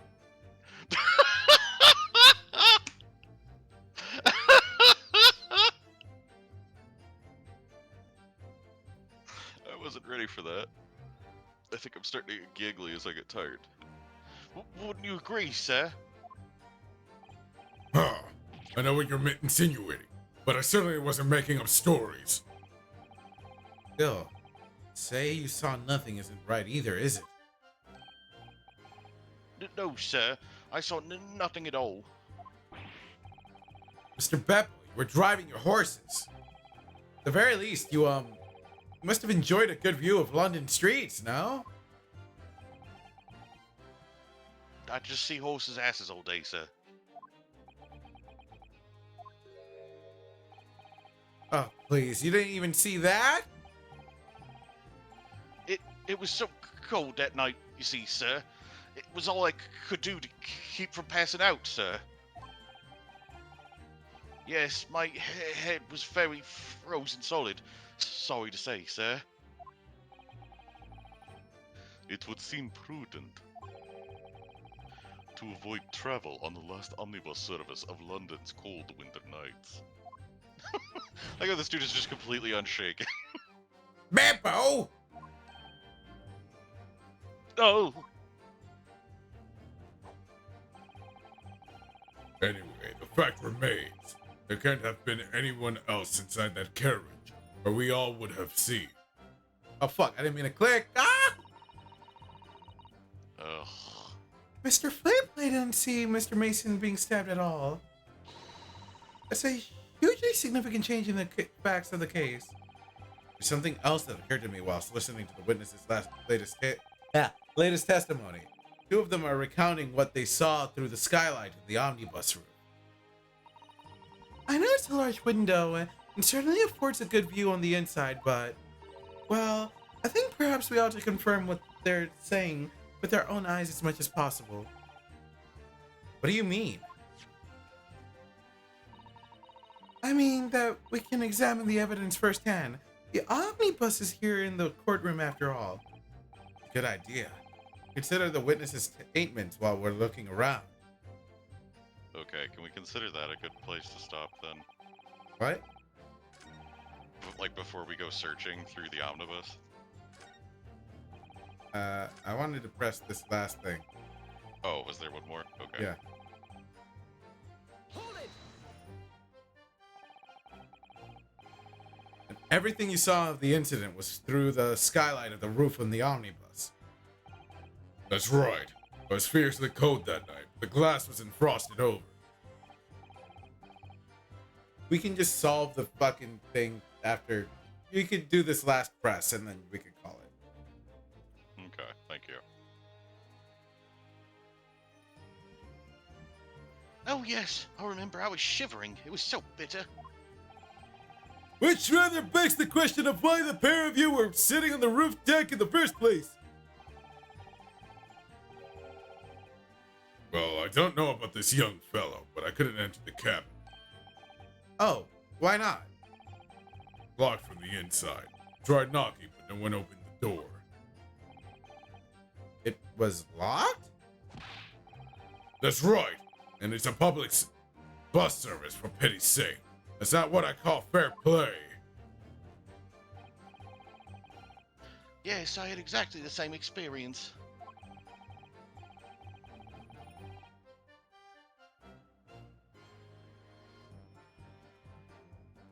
I tried knocking, but the gent inside just gestured at me to clear off. My pride doesn't have a lock. So I had no choice but to climb up to the roof deck and look down longingly into the warm cabin below. Well, I can assure you, I wasn't just looking down. I was glaring, long and hard.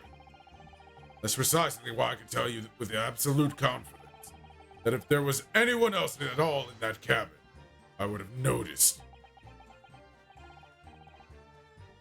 Unequivocal, I would say.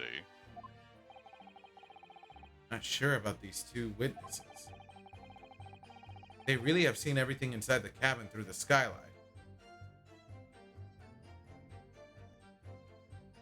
I'm just gonna click yes. Suppose they would have had a bird's eye view from the roof. Birds generally have very keen eyesight, so Okay. thank you. That's all clear. What you've all said does make sense. Very good. Continue with the cross-examination, Counsel. Alright, I'm just gonna skip through this part and save. Alrighty. You're gonna have to remember that we have to press on that last one again to say that no, they couldn't have. I guess. Okay. I'll try. Just make a mental note of that as you're really, really sleepy. Yeah. I'm not even gonna try to remember because I believe you can. This is gonna end in failure. Anyway, I'll just go ahead and end stream for now. Let's see. I'm gonna go use the restroom and then go to bed, I think. Goodbye, everyone. Ta-ta for now. Man is a real slave driver to these voice actors. Anyway, here.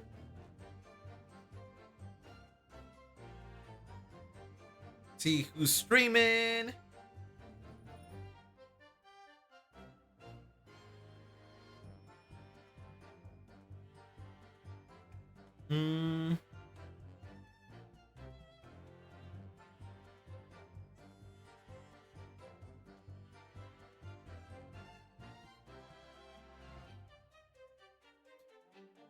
I'll also just end, but I'll go ahead and grade Passion 9. I haven't rated Passion 9. But... Alright.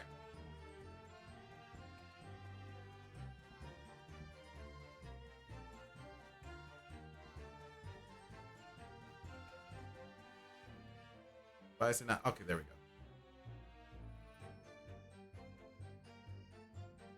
Alright, guys. Be seeing you later. Thank you for sticking around and all that. Start raid. Wait, oh, I got confused by an icon that popped up.